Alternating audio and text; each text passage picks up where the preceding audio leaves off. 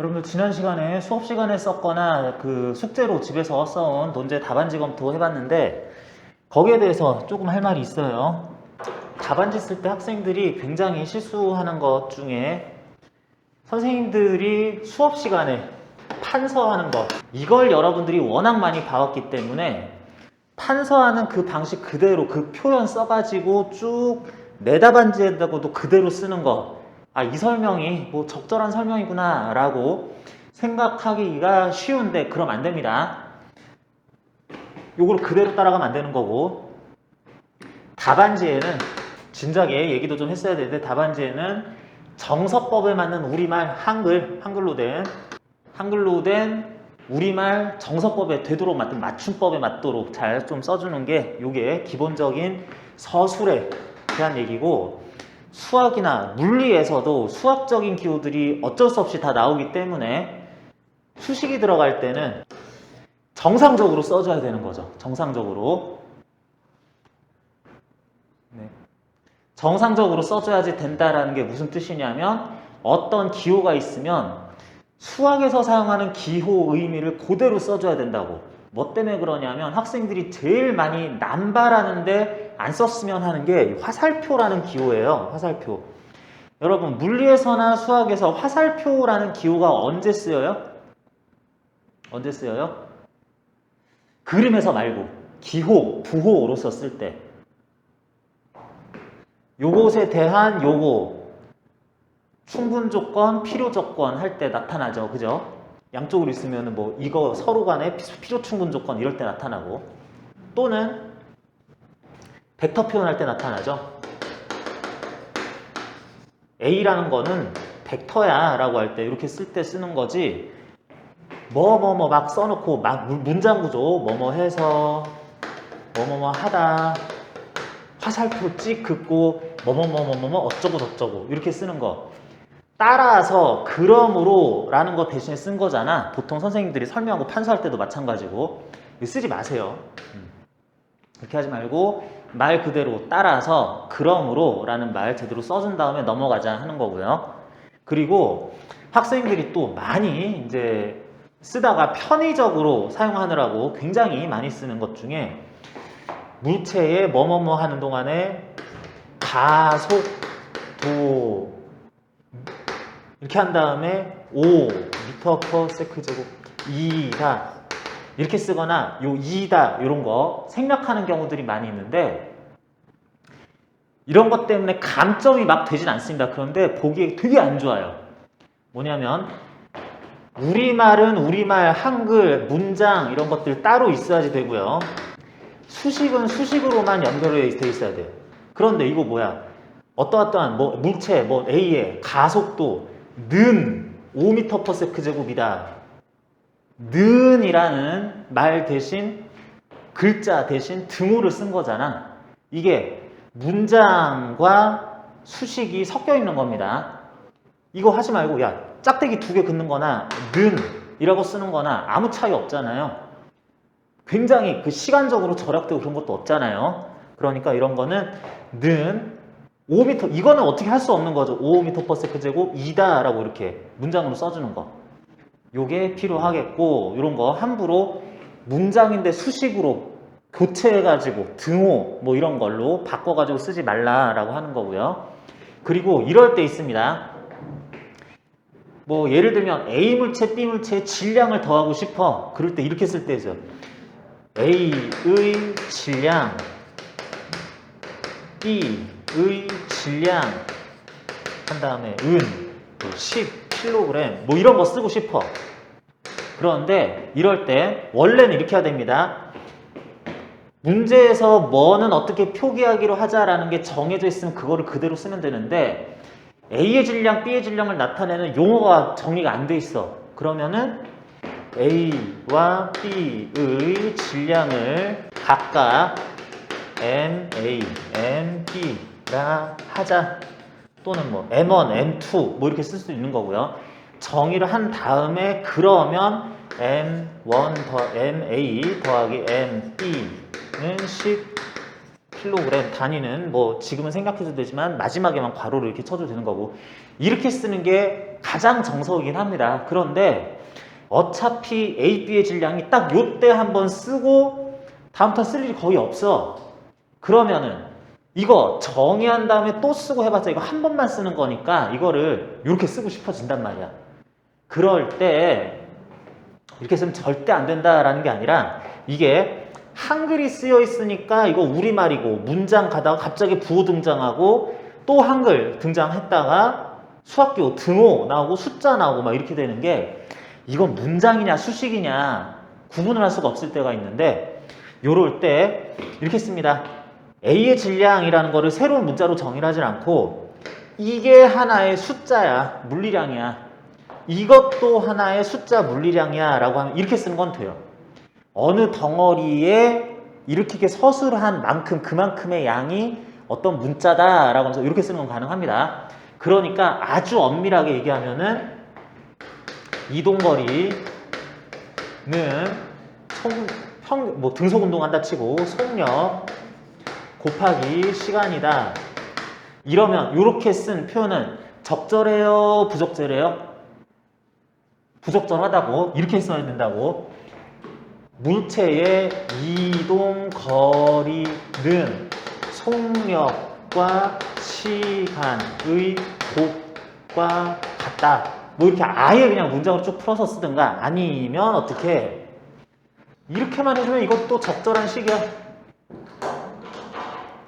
여러분들 그러고 보니 교과서에서 이렇게 되는 표현 봤을 겁니다.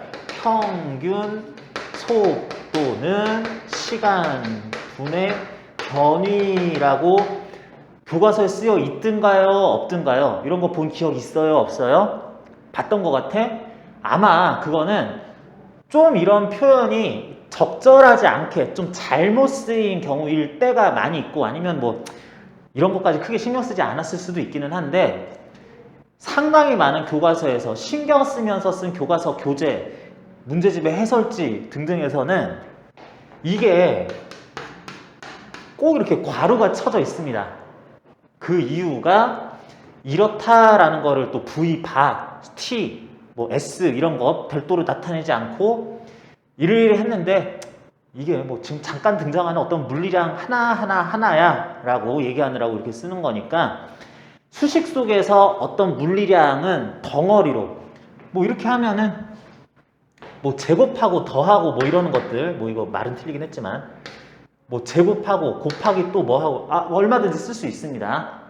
루트 안에 들어가 있어도 되는 거고 뭐 이런 거 괜찮은 거고 그래서 이런 것들은 이건 수식이다 싶으면은 어떤 말을 문자로 바꿔서 수식에 넣어주지 않을 거면 괄호로 덩어리들을 묶어주라 라고 하는 거 요것도 풀이 과정에서 가독성을 높이는 상당히 중요한 요소이기 때문에 일단 여러분 신경 쓰라고 이런 거 간단한 풀이 과정에서 답안 쓰는 요령이기는 한데 전혀 모르고 생각도 못했을 학생들도 많이 있기 때문에 이런 것도 꼭 한 번은 알고 넘어가야지 되겠다. 이미 잘하고 있는 친구들도 있는데 이제 봤을 때 채점하는 건 교수님들이기 때문에 익숙한 방식의 서술이 돼 있는 거를 읽기가 훨씬 편해 하시는 거지 어색한 표현을 쓴 거는 실제 읽을 때 턱턱 걸립니다. 그리고 이런 게 실제 채점에 점수에 영향을 미쳐서는 안 되긴 하는데 가독성은 어쩔 수 없이 채점하는 과정에서 점수에 약간씩은 영향이 가감이 있게 돼 있을 수밖에 없고요. 사람이 채점하다 보니까. 그리고 마찬가지로 이런 것도 채점 상황에 영향을 미칠 수는 없어야만 하긴 하는데 교수님들이 채점을 하다 보면은 약간 위치가 교수님들이 위에 있을 수밖에 없죠. 애들 중에서 채점 열심히 해서 공정하게 해서 학생들 선별을 해야 되는데 라는 것보다 조금 위에 있을 수밖에 없어요. 어쩔 수 없어요. 얘가 뭐라고 썼는데 뭐라 그러는지 이해하기가 힘들어. 그러면 이렇게 답안 쓴 거 논리구조 복잡하고 문장도 막 뭐라고 하는지 정확하게 이해 안 돼 있고 글씨도 이상해가지고 이거 해독해줘야지 되고 한국어 맞는 것 같은데 뭐라고 쓴 건지 내가 다 읽어준 거 노력해주기보다는 얘 말고 되게 글씨도 깔끔하고 써진 것도 논리 정연하고 읽기도 편하게 잘 쓰여 있는데 아, 난 그냥 얘 뽑으면 되지. 뭐 얘를 위해서. 아, 얘가 비록 표현은 이렇긴 하지만 푸는 문제 푸는데 얘 있어서는 이런 뜻이었을 거야 라는 거 막 유추해주고, 그래서 될 수 있을 대로 불이익을 주지 않기 위해서 노력할 필요가 없다고. 아, 선생님 꼭 그러면 안 되지 않습니까? 여러분들이 입장을 바꿔서 생각을 해보세요. 나는 답안지를 굉장히 예쁘게 잘 썼어. 논리구조, 그림, 참고사항, 문장구조 신경 쓰면서 필요한 사항 다 썼는데, 옆에 있는 친구는 대충 보면, 크게 보면 내용은 맞는 말이긴 한데 논리구조나 전제 분석한 거, 상황 분석에 힘 분석하고 물체 운동에 대한 설명, 그래서 이렇게 되는 거 막 뒤죽박죽 썼어. 근데 교수님이 채점자가 얘를 최대한 불이익 주지 않기 위해서 막 더 정성 들여서 봐. 내 거는 쓱 봐도 다 읽혔는데, 그래놓고 결국은 점수 똑같은, 이렇게 하면 내가 억울하잖아. 내가 이렇게 편의까지 다 보고 누가 봐도 논리정연하게, 소위 논리성, 가독성 이런 거 다 신경 쓰면서 썼는데 그렇게 되면은 내가 억울할 것 같지 않니? 입장 바꿔보면 그렇기 때문에 채점자들이 가독성이 낮은 거, 논리적이지 않은 거, 전체적으로 보면 하여튼 내용은 다 들어가 있기는 한데 그런 것들 막 열심히 봐주려고 했던 거, 아, 그런 노력이 과연 오히려 그런 게 더 불공정한 게 될 수 있지 않나라는 생각 해볼 수도 있습니다.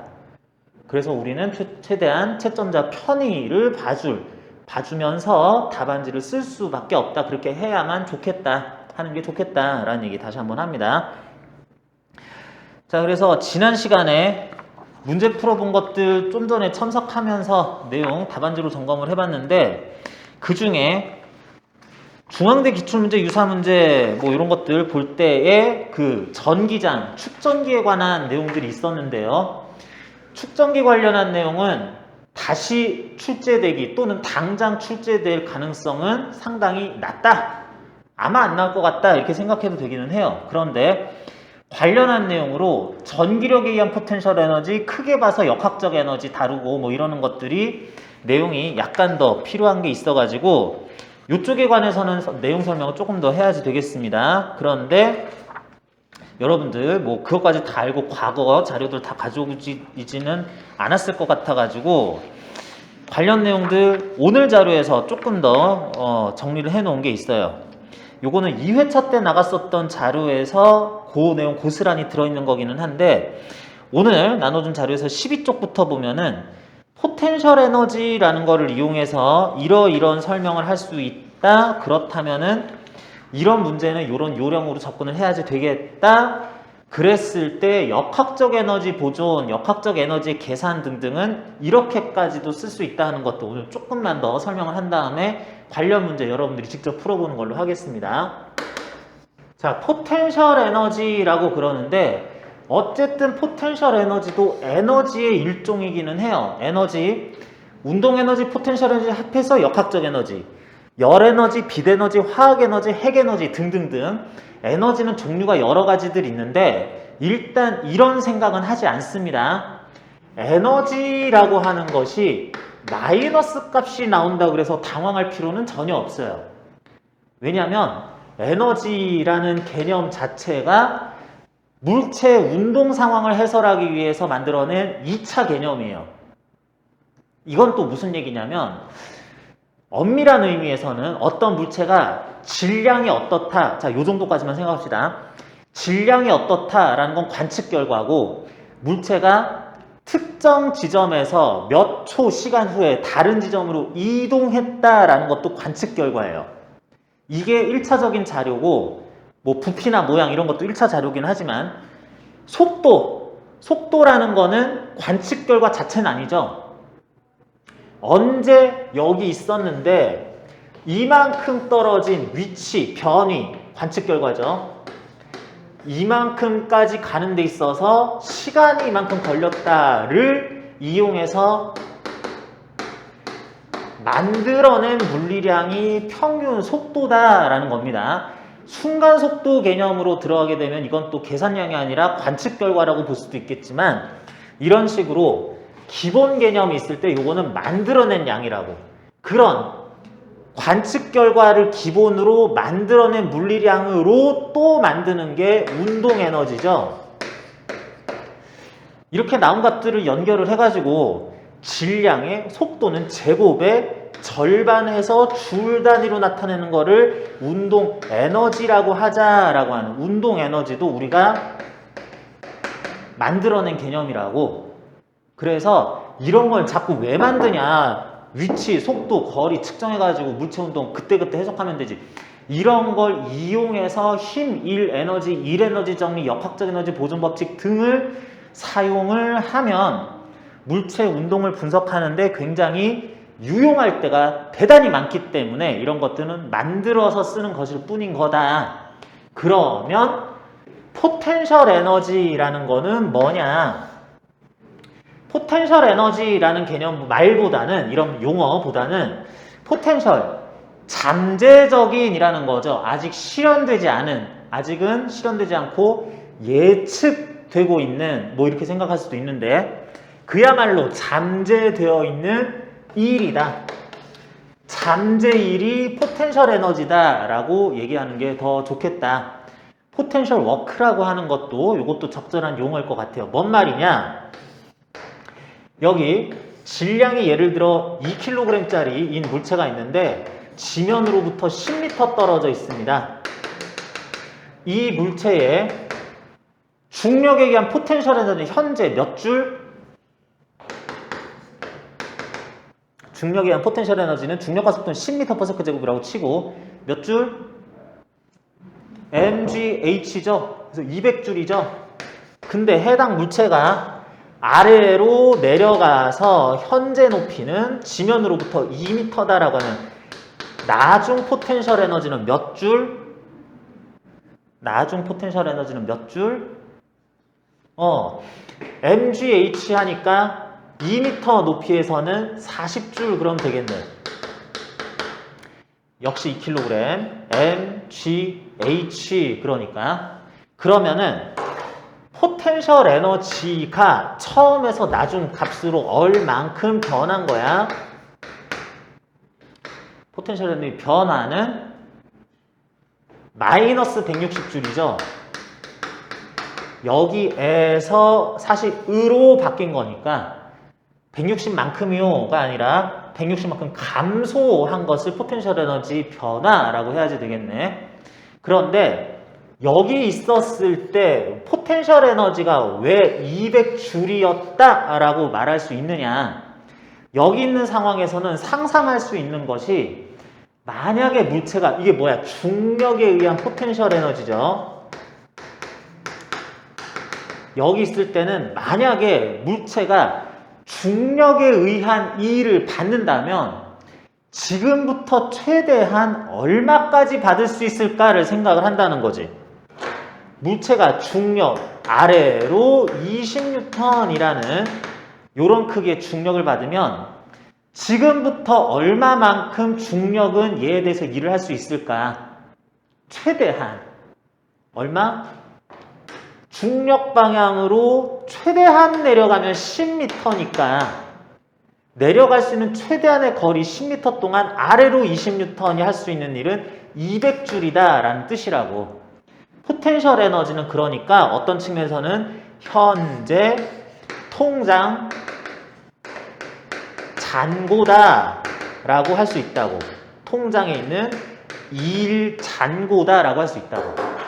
내가 주머니에, 통장에 10만 원이 있으면 내가 쓸 수 있는 최대, 앞으로 쓸 수 있을 최대 돈은 10만 원만큼, 최대 일은 200줄만큼, 그 중에 어떻게 했어?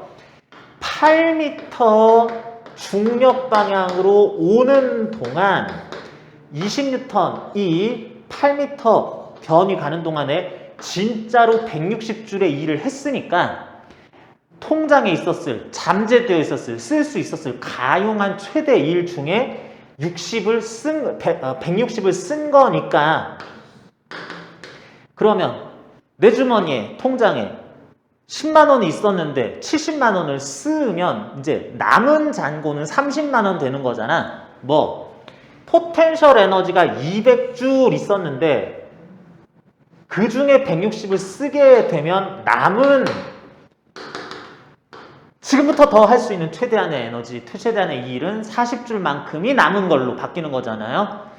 그런 개념이 중력에 의한 포텐셜 에너지였다라고 하자는 거라고. 그러면 여기 있었다가 3m만큼 위로 올라가면, 그러면은 내가 중력이 물체 2를 하기를, 아래로 가해지는 20N이 중력이 2를 하기를 마이너스, 중력 방향 반대의 변이를 가진 거니까, 그래서 중력이 한 2일은 마이너스 60줄이라고 하면은, 그러면 중력이 160줄의 일을 했다, 200줄의 일을 했다, 그럴 때 포텐셜이 줄어드는 건데, 마이너스 60만큼 했다라고 하면은 그거는 앞으로 할 수 있는 이 일이 더 커진다라고 볼 수 있으니까, 그래서 올라가면 중력에 의한 포텐셜 에너지는 중력이 그동안 한 일만큼 오히려 증가해서 260줄인 상태가 되는 거다라고 봐야지 된다고. 그러다 보니까 이런 정리가 가능하네요. 특정 위치에 있을 때보다 해당 힘이 중력이나 탄성력, 전기력 등등이 플러스 값의 일을 하면 포텐셜 에너지는 줄어들고, 마이너스 값의 일을 하면 포텐셜 에너지는 증가한다. 이 일이 마이너스 보면 포텐셜 에너지는 증가하고, 이 일이 플러스 보면 포텐셜 에너지는 감소한다 라고 정리를 할 수가 있겠다고. 자, 일단 12쪽에 포텐셜 에너지 위치만으로 정의되는 에너지량이라고 그랬는데, 보존력이 작용하는 필드 장 내에서 해당 위치에 있기 위해서 필요한 최소한 에너지, 말이 되게 어렵습니다. 근데 우리는 포텐셜 에너지보다도 포텐셜 에너지의 변화는 중력에 의한 포텐셜 에너지, 전기력에 의한 포텐셜 에너지, 탄성력에 의한 포텐셜 에너지 등등을 그 힘이 한 일이 플러스 값이면 포텐셜 에너지는 감소한다 라는 식으로 정의를 하자, 그렇게 생각을 하자 라는 거고요. 그렇게 되면 특히 중력과 전기력에 의한 포텐셜 에너지가 오늘 풀 문제에서도 조금 등장을 하는데요. 중력에 의한 포텐셜 에너지는 지표 근처에서는 mgh-J라고 나타나지만, 요거는 사실은 정상적으로는 마이너스 g r분의 mm 줄이라고 나타났어야 됐었을 것을 근사적으로 구한 거다라고 이제 얘기를 하게 됩니다. 뭔 말이냐? 실제로 질량이 라지 m인 물체가 있고요, 질량이 스몰 m인 물체가 있는데, 이게 충분히 멀리 떨어져 있어서 중심 사이의 거리가 rm다 라고 그럴 때, 이거는 지구 위에 있는 사과, 책, 공 같은 것이 펄짝 뛰고 약간 이렇게 되는 게 아니라, 지구와 달, 태양과 지구 뭐 이런 것들처럼 상당히 그 표면에서 멀리 떨어져 있는 것이 의미 있게 더 멀어지거나 가까워지는 과정에서는 포텐셜 에너지 어떻게 계산해야 되느냐, 요렇게 하는 게 맞다라는 겁니다. 포텐셜 에너지가 그래서 중력, 만유인력에 의한 포텐셜 에너지가 항상 음수값으로 나오게 돼 있어요. 질량이 라지 m, 스몰 m인 두 물체, 거리, 중심 간의 거리가 rm였을 때는 포텐셜 에너지는 음수값으로 나타난다. 음수값 여러분들 에너지가 마이너스로 표시된다라는 거 아무것도 아니다라는 거고요. 자, 이게 어떻게 계산되느냐라고 하는 거, 일단은 결론만 외우고 있어도 되는데 어떻게 되는 거냐? 포텐셜 에너지라는 것이 제로인 지점을 기준으로 했을 때, 포텐셜 에너지 제로인 지점을 우리 물리에서는 이렇게 두 물체 간에 가해지는 힘이 거리 제곱에 반비례하는 식으로 만유인력의 크기, 만유인력 상수 G 곱하기 거리 제곱 분의 mm 이런 식으로 거리의 제곱에 반비례하는 크기로 작용할 경우에는 포텐셜 에너지 제로 기준점이 지표면 근처에서는 땅바닥에 붙어 있을 때였는데, 이럴 때는 둘 사이의 거리가 무한히 멀 때 기준으로 합니다.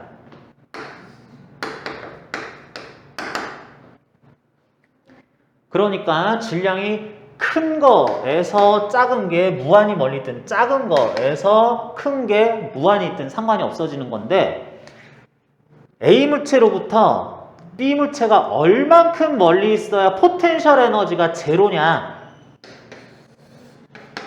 무한히 멀리 있을 때요. 저기 있을 때.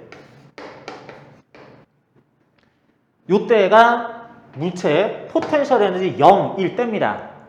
자, 그러면 그런데 있다 치고, 무한대 있는 게 말도 안 되지만 그런데 있다 치고, 거기에서 B가 원래는 여기 있을 때가 포텐셜 에너지는 0이었었는데 여기까지 오는 동안에 무한히 먼 거리를 왔겠죠. 무한대에서 R미터 떨어진 데까지 오니까 무한히 먼 거리를 오는 동안에 A가 B에게 중력을 가하면서 만유인력을 가하면서 물체가 만유인력에 의해서 받은 이 일은 플러스 나오니 마이너스 나오니?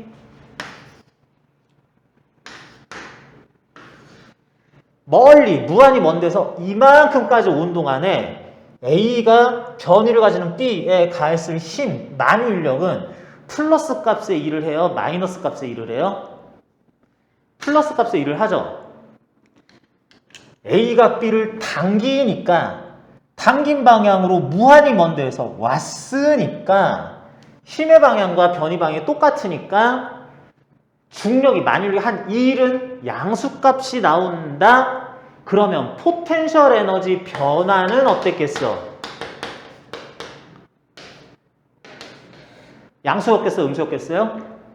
아까 전에 했던 용어 그대로 따라가면 포텐셜 에너지의 변화는 1이 플러스면 마이너스였었겠죠? 그러니까 뭐야?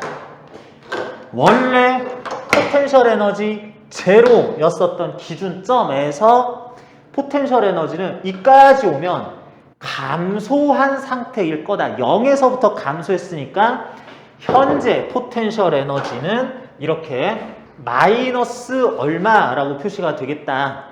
그때 2를 구하기 위해서 힘을 위치, 변위에 대해서 적분하면은 2를 구할 수 있는 건데 그거 구해서 부호 고려해서 적정한 거리 떨어져 있는 그 지점에서의 중력 포텐셜 에너지는 만유인력 크기 구하는 공식하고 굉장히 비슷합니다. 마이너스 G R분의 mm 줄이다 라고 표현을 해줘야지 되겠다.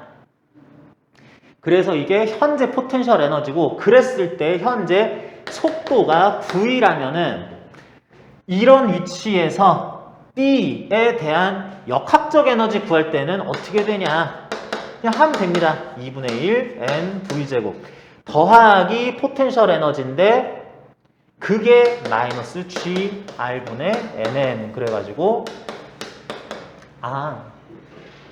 이렇게 구한 값이 양수일 수도 있고 음수일 수도 있습니다. 플러스 마이너스 다 될 수 있어요. 어쨌든 그렇게 된 요 값이 제로가 될 수도 있어요. 선생님 왜 에너지가 0이죠? 신경 쓰지 말고 그렇게 정의해서 쓰기로 한 값이니까 그 값에 대한 해석만 잘하면 되는 거지. 요 값 제로 플러스 마이너스 다 나와도 됩니다. 역학적인 제로 마이너스 뭐 다 나올 수 있어요. 그래서 이런 식으로 한 게 운동 에너지와 포텐셜 에너지 중력 포텐셜을 이용했을 때의 역학적 에너지이다. 그러면 이런 경우도 있겠네요. 어떤 물체가 있는데 현재 R만큼 떨어져 있는데 질량은 뭐 그러려니 하는데 요거 전하량이 플러스 Q 요거 전하량이 마이너스 Q 이래. 그러면은 대전돼 있는 두 물체가 이만큼 떨어져 있기 때문에 현재 전기적 포텐셜 에너지는 얼마냐? 요거 구하라고 할 수도 있습니다. 전기적 포텐셜 에너지는 얼마냐 그러면은 일단 전기적 포텐셜 에너지가 양수 나올 것 같아요? 음수 나올 것 같아요? 지금? 양전하 Q, 스몰 Q 이렇게 R미터 떨어져 있는 두 물체에 의한 전기 포텐셜 에너지는 전기적 포텐셜 에너지는 양수, 음수? 어떨 것 같아요? 요것도 생각을 해봅니다. 이것도 전기력도 쿨롱 법칙이 K R 제곱분의 QQ 뉴턴으로 전기력의 크기를 구할 때 거리 제곱에 반비례하는, 밀 수도 있고 당길 수도 있는데 어쨌든 거리 제곱에 반비례하는 형태로 나타나는 게 중력하고 비슷하게 나타나니까 전기적 포텐셜 에너지의 기준점도 무한 원점입니다. 저기 있을 때가 전기적 포텐셜 에너지도 0이다 라고 할 거예요. 무한히 떨어져 있을 때가 0입니다. 그런데 거기에 뭐 질량은 두 번째 문제고, 양전하로부터 무한히 떨어져 있는 곳에 플러스 대전, 잠깐만 내가 여기다가 말하고 거꾸로 썼습니다. 플러스 대전체예요. 플러스 대전체.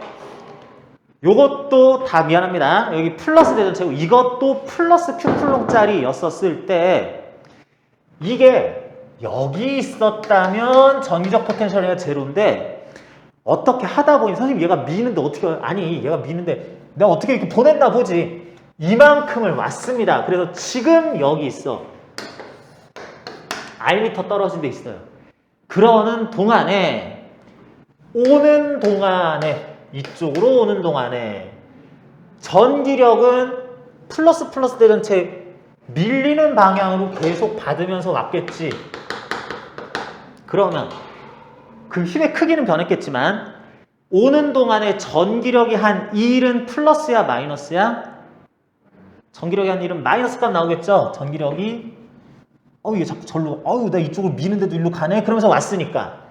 그러면서 온 동안에 전기력이 한 1은 마이너스 나왔다면 그러는 동안에 전기적 포텐셜 에너지는 증가했을 거다라고 해야지 된다고. 그래서 0보다 증가한 정도 최종 전기적 포텐셜 에너지는, 내가 여러분한테 이 화살표 이런 거, 꺾은 화살표 이런 거 막 쓰지 말라 그랬는데 그래도 설명하는 동안에는 편의상 쓰고 있습니다. 여러분 답안지에 이런 거 쓰면 별로 안 좋아요. 그래서 전기적 포텐셜이 어떻게 되느냐? 쿨롱 상수 곱하기 R분의 QQ 줄 이렇게 나옵니다. R미터에 마이너스 부 안 붙어요. 그렇기 때문에 R미터 떨어진 지점에서 전기적 포텐셜 에너지는 양수값으로 제대로 나올 거다. 그러면요. 이게 플러스 Q쿨롱이 아니라 마이너스 Q쿨롱이었으면 어떡하죠? 마이너스 Q 프라임 쿨롱이었으면 어떡하죠? 그랬을 때에는 플러스 대전체를 기준으로 이렇게 전기적 포텐셜 에너지를 구한 다음에 이게 플러스 10쿨롱, 요거는 마이너스 3쿨롱 그랬으면은 플러스로 전제를 했는데 거기다가 마이너스를 그대로 대입해 주면 돼요. 그럼 자동으로 플러스, 마이너스 몇 쿨롱짜리가 R미터 떨어져 있으면 전기적 포텐셜 에너지는 플러스 10 곱하기 13의 쿨롱 상수 R분의 음수값 알아서 나오게 됩니다. 인력, 청력 간의 관계에서 무한 원점에서 물체가 그 지점까지 오는 동안에 한 2일이 플러스 마이너스 전기적 포텐셜 에너지 감소한다 증가한다 다 따져서 이렇게 하는 게 아니라 둘 다 플러스 전하였을 것을 기준으로 쓴 식의 Q값에다가 너는 플러스 마이너스 몇 쿨롱인지 부호까지 함께 써주면 그러면은 전기적 포텐셜 에너지는 제대로 구할 수 있다라고 하겠습니다. 그래가지고 포텐셜 에너지를 이런 식으로 썼을 때 이제 좀 더 이걸 계산을 더 쉽게 할 수 있는 방법 없나 뭐 이런 것들 연구하고 전위차 계산하고 뭐 이러면서 쓰는 것들이 이제 더 나오게 되기는 하는 건데 그런 걸 이용해서 역학적 에너지를 새로 정의를 한 다음에 그런 역학적 에너지가 보존된다면 하면서 식 쓰고 역학적이 보존됐으니까 뭐 속도는 이렇게 되겠네 하는 것들 문제를 더 풀 수 있다라는 것이 여러분 문제 푸는데 약간 더 지난 시간에 풀었었던 문제하고도 약간 연관이 있긴 있죠. 그렇게 되는데 이런 식으로 쓰고 싶다라는 거 여러분한테 일단은 정리를 한번 해주고요. 그러면 이걸 어느 정도 지금 이용해서 쓸 수 있는 풀이에 활용할 수 있는 문제가 뭐냐? 오늘 나눠준 자료에서 3쪽부터 나오는 논제 1입니다. 논제 1에서 제 신문에는 가나다 뭐 이런 거 나오면서 운동량 보존 법칙, 이일 에너지 정리, 포텐셜 에너지, 중력 포텐셜, 탄성 포텐셜 에너지 등등이 이러이러하다 이런 개념 설명이 어느 정도 들어있고 밑에 물체가 이러이러하게 이만큼 떨어져 있었는데 둘이 무중력 진공 공간이기 때문에 그러니까 다른 그 천체에 의한 중력은 더 이상 작용하지 않는데 물체들끼리의 중력은 작용을 할 수 있습니다. 그랬을 때 두 물체가 이러이러한 위치에서 정상에서 딱 놓으면은 다른 힘이 워낙 아무것도 없으니까 진공 공간이고 막 그래가지고 이것들이 자연스럽게 서로 가다가 튕기기까지 한대요.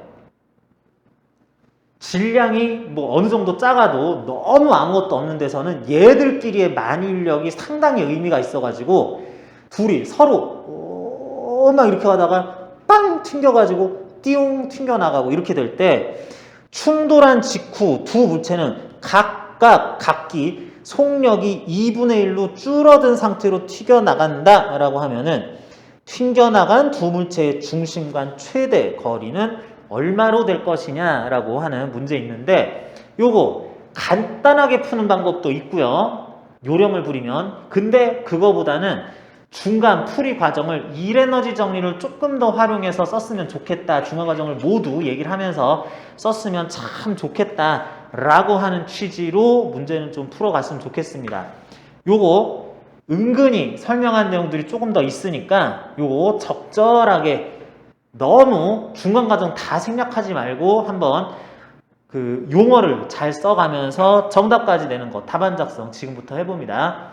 답안 작성은 요 문제의 경우는 일단은 30분 동안 하는 걸로 할게요. 30분 정도 동안 하는데 시간이 조금 덜 걸리거나 더 걸리거나 하는 거는 이거는 가감하겠습니다. 현재 시각 7시 40분이니까 8시 10분까지 우선 문제 풀이하는 걸로 합시다. 3쪽에 나오는 방금 전에 풀었었던 요 논제 같은 경우는 무중력 공간이고 진공 상황이기 때문에 또 다른 힘은 가하지 않을 거긴 한데 무중력 공간이라고 하는 게 여기 뭐 지구나 뭐 태양 같은 게 있어서 그것 때문에 또 이것들이 영향받을 건 없는데 서로 간에 가해지는 만유인력은 있어야 됩니다. 그 만유인력은 있어서 처음에는 정지에 있었던 두 물체에 대해서 가만히 띄워놨더니 우주공간 같은 데다 띄워놨더니 둘이 아주 작은 힘일지라도 의미있게 작용을 하기는 한다면 결국에는 둘 다 가속돼서 어디쯤 가서 이제 충돌을 하겠다. 그런 다음에 충돌 후에 부서지거나 그런 게 아니라 서로 튕겨 나간다면 하는 식으로 이제 문제를 풀어라. 뭐 그런 얘기기는 한데요.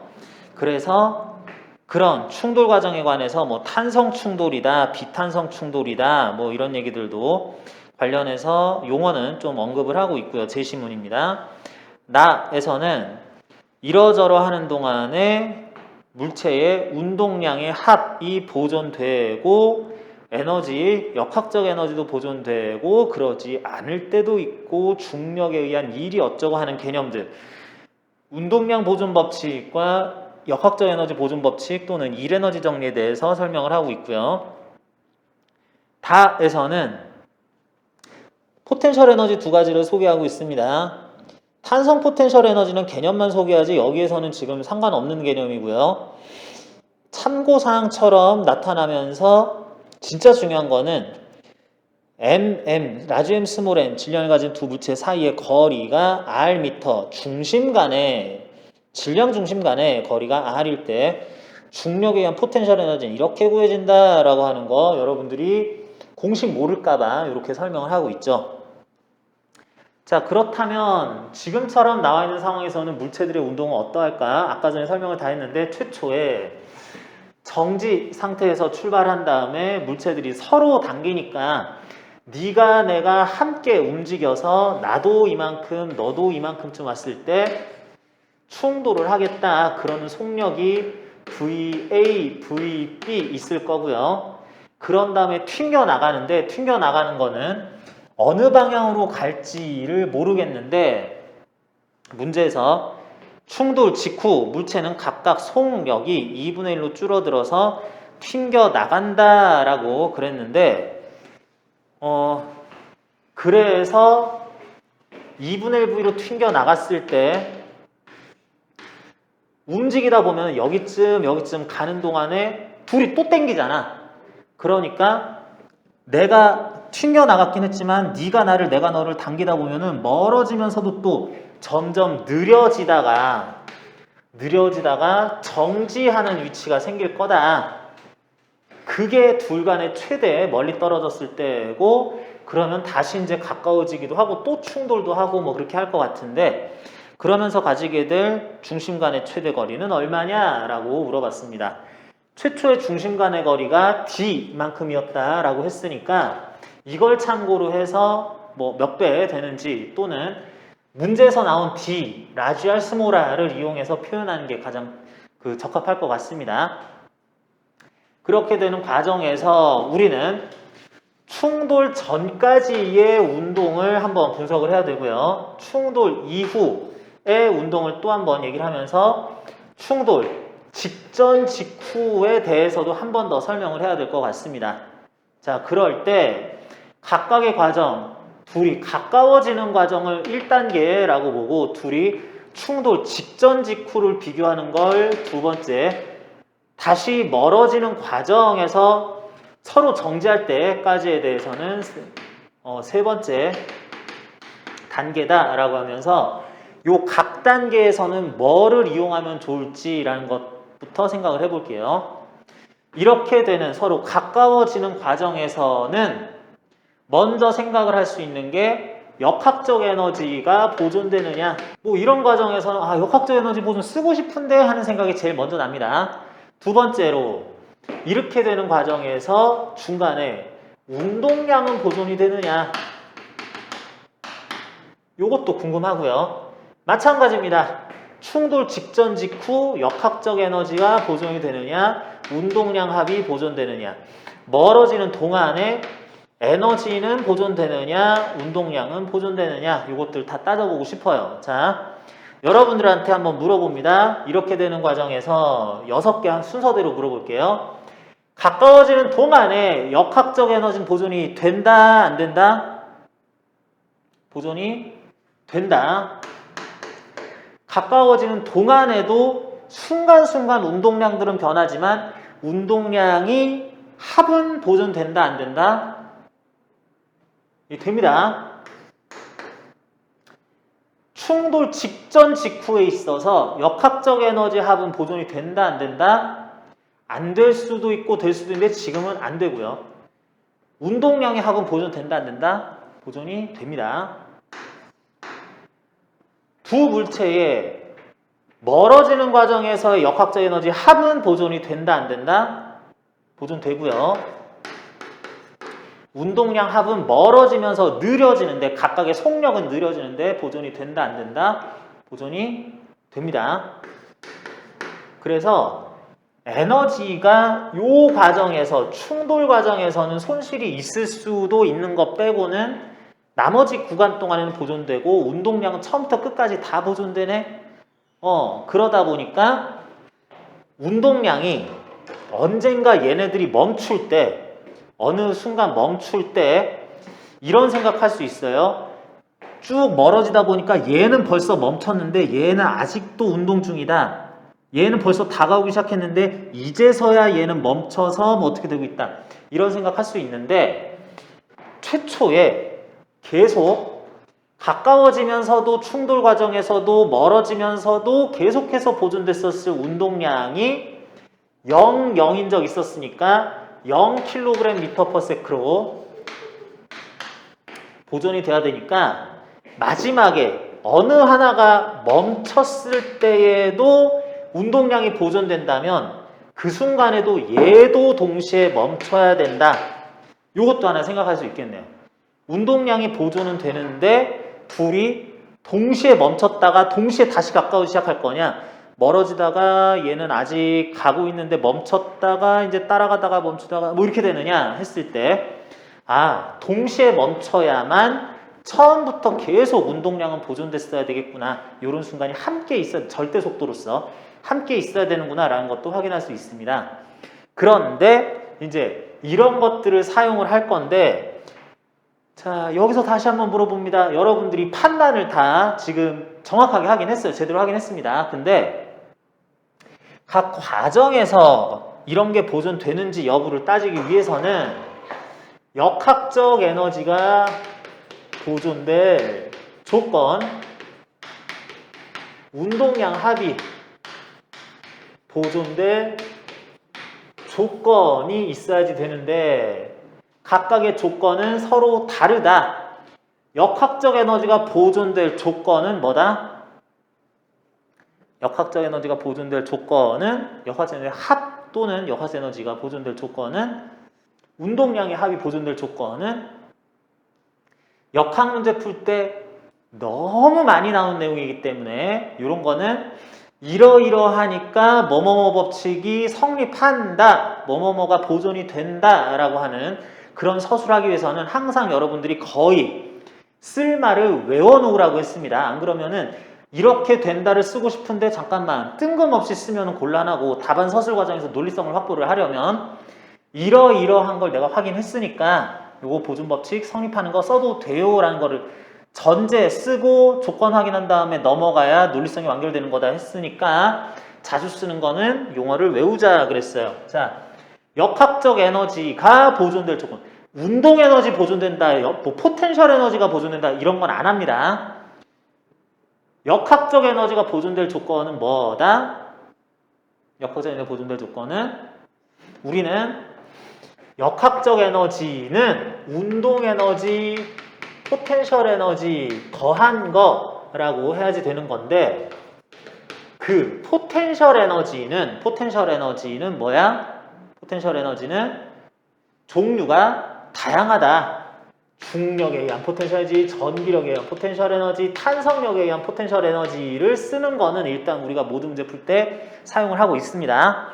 그러다 보니까 무슨 힘에 의한 포텐셜 에너지를 이용해서 역학적 에너지를 구했느냐라는 것도 상당히 중요한데 그런 특정 힘이 했을 일이 중력이 한 일이 플러스면 중력 포텐셜을 감소하고 중력이 했을 일이 마이너스면 중력 포텐셜이 증가하는 식으로 해서 그 힘이 한 일은 포텐셜 에너지 변화에 관여를 했을 거기 때문에 역학적 에너지 변화에는 영향을 주지 않는다라고 할 거라서 중력, 전기력, 탄성력, 포텐셜 에너지를 구하는 데에 썼을 역학적 에너지를 구하기 위해서 그런데 썼을 힘을 제외한 다른 힘이 일을 하지 않았으면 그러면 보존된다 라고 쓸 수 있다는 거죠. 각각의 물체는 위치관계의 속도 다 달라질 수도 있는데 그런 속도관계, 위치관계를 바꾸는 과정에서 물체가 힘을 받았다면 그 힘이 아니 그거 가지고 포텐셜 에너지 구할 때 썼어. 2분의 1 mv 제곱 더하기 뭐 2분의 k r분의 qq 빼기 g r분의 mm 뭐 이런 거 2분의 1 kx 제곱 다 썼어. 그러면은 얘들이 한 일은 우리는 생각할 필요가 없다라는 식으로 포텐셜 에너지를 구하는 데 쓴 힘 그거 외에 의한 일이 이 과정에서 관여를 했느냐만 따져보면 된다고 그랬습니다. 그런 게 없으면 역학적 에너지 보존되는 거다. 자, 무슨 얘기냐? 둘이 가까워지는 과정에서는 A 물체 속도 변하니까 운동량도 변하고 운동 에너지도 변하고 둘 간의 거리가 가까워지면 포텐셜이 변했을 건데 A에 가해졌을 이 일은 누구의 무슨 힘에 의한 일이다? B에 의한 만유인력이 한 일에 의해서 속도나 위치관계가 변했을 거다. B가 오는 동안에도 얘한테 일을 했을 그 힘이라는 거는 A가 가하는 중력, 만유인력밖에 없었을 거다. 그렇기 때문에 만유인력에 의한 중력에 의한 포텐셜 에너지까지 포함한 역학적 에너지는 뭐 이 힘이 한 일밖에 없는데 그런 포텐셜 에너지 고려한 역학적 에너지는 변하지 않았을 거다 라는 조건 확인하고 요 말 쓰려면 쓰는 거고요.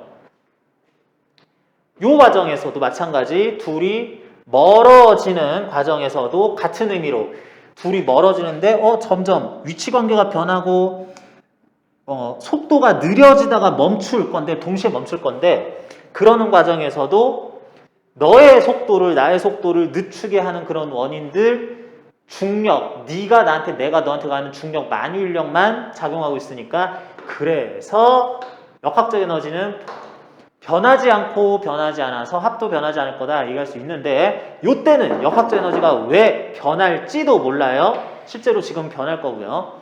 탄성 충돌 아니기 때문에 변할 건데, 왜 요때는 역학적 에너지 보존이 안 될 것 같다라고 해야지 되겠다.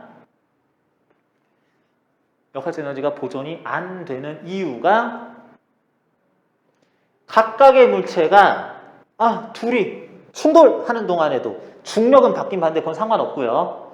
충돌하는데 A 물체가 받은 힘 중에 B 물체가 가하는 순간 접촉에 의해서 튕겨나간 동안에 탄성력이라고 할 수도 있지만 수직항력이라고도 할 수 있어요. 요 힘이 A 물체를 저쪽으로 속도를 바꾸는 역할을 하는 데 있어서 기여를 한다. 그게 뭐 열에너지 형식이나 빛에너지, 소리에너지 등등으로 퍼져나갈 수도 있는데, 이런 힘이 물체에 가해졌을 거니까 그 힘이 한 일만큼은 역학적 에너지 변형을 만들었을 거다. 그리고 B도 충돌한 동안에 A로부터 받을 충돌에 의한 탄성력 내지는 수직항력이 있는 것에 의해서 일을 받았을 거니까, 그래서 중력 말고도 받은 힘에 의한 일이 각각 있었을 거니까 역학적 에너지는 보존되지 않겠다라고 쓸 수 있다. 그런데 어차피 여기서는 역학적 에너지 보존이 안 될 것에 관해서는 충돌 직전 직후에 역학적 에너지 보존 법칙 어차피 언급을 안 할 거기 때문에 지금은 보존 안 돼 라는 것까지 쓸 필요는 없겠죠. 그런데 이걸 쓰는 게 문제에서 물어보는 과정에서 꼭 필요했다면, 물어보는 것도 있었다면, 이것도 이 수직항력 또는 탄성력 효과 때문에 역학적 에너지 보존되지 않아요 라고 써야 되겠습니다. 그래서 보존되는 것들 요 한 가지로 다 설명할 수 있는데, 운동량의 합이 보존되는지 여부는 조금 다르다. 운동량의 합 계속 보존됐어요. 가까워지는 동안, 충돌 직전 직후에, 멀어지는 동안에도. 자, 운동량의 합은 언제 보존이 되길래 이때도 보존이 됐었다? 조건 어떤 거?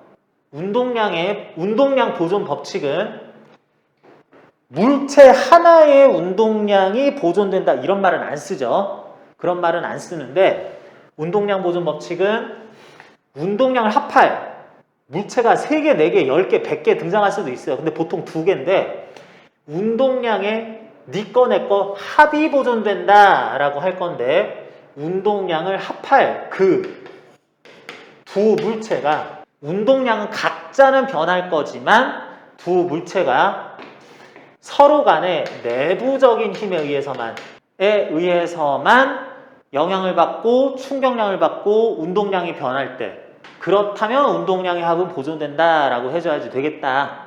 간단합니다. 이 얘기만 써주고, 그런 거 확인했으니까 운동량 보존 법칙 나는 쓸 거예요. 그래서 계산했어요. 이렇게 넘어가면 되는 거죠.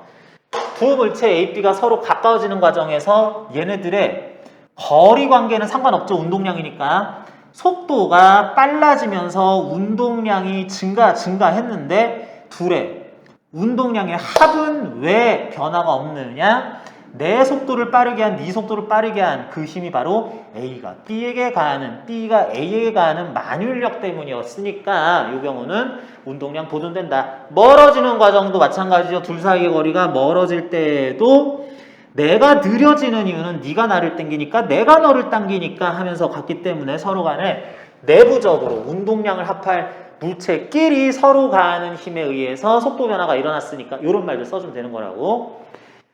충돌 직전 직후에 대해서는 어떻게 돼요? 아까 전에 두 물체의 운동량 또는 속도를 변화시키는 요인 중에 충돌 중에는 소위 보존력, 역학적 에너지, 포텐셜 에너지를 구하는 데 쓰지 않은 힘, 수직항력이라는 게 서로를 미는 게 영향을 미쳤으니까, 그래서 에너지는 보존되지 않았지만 운동량 측면에서는 어때?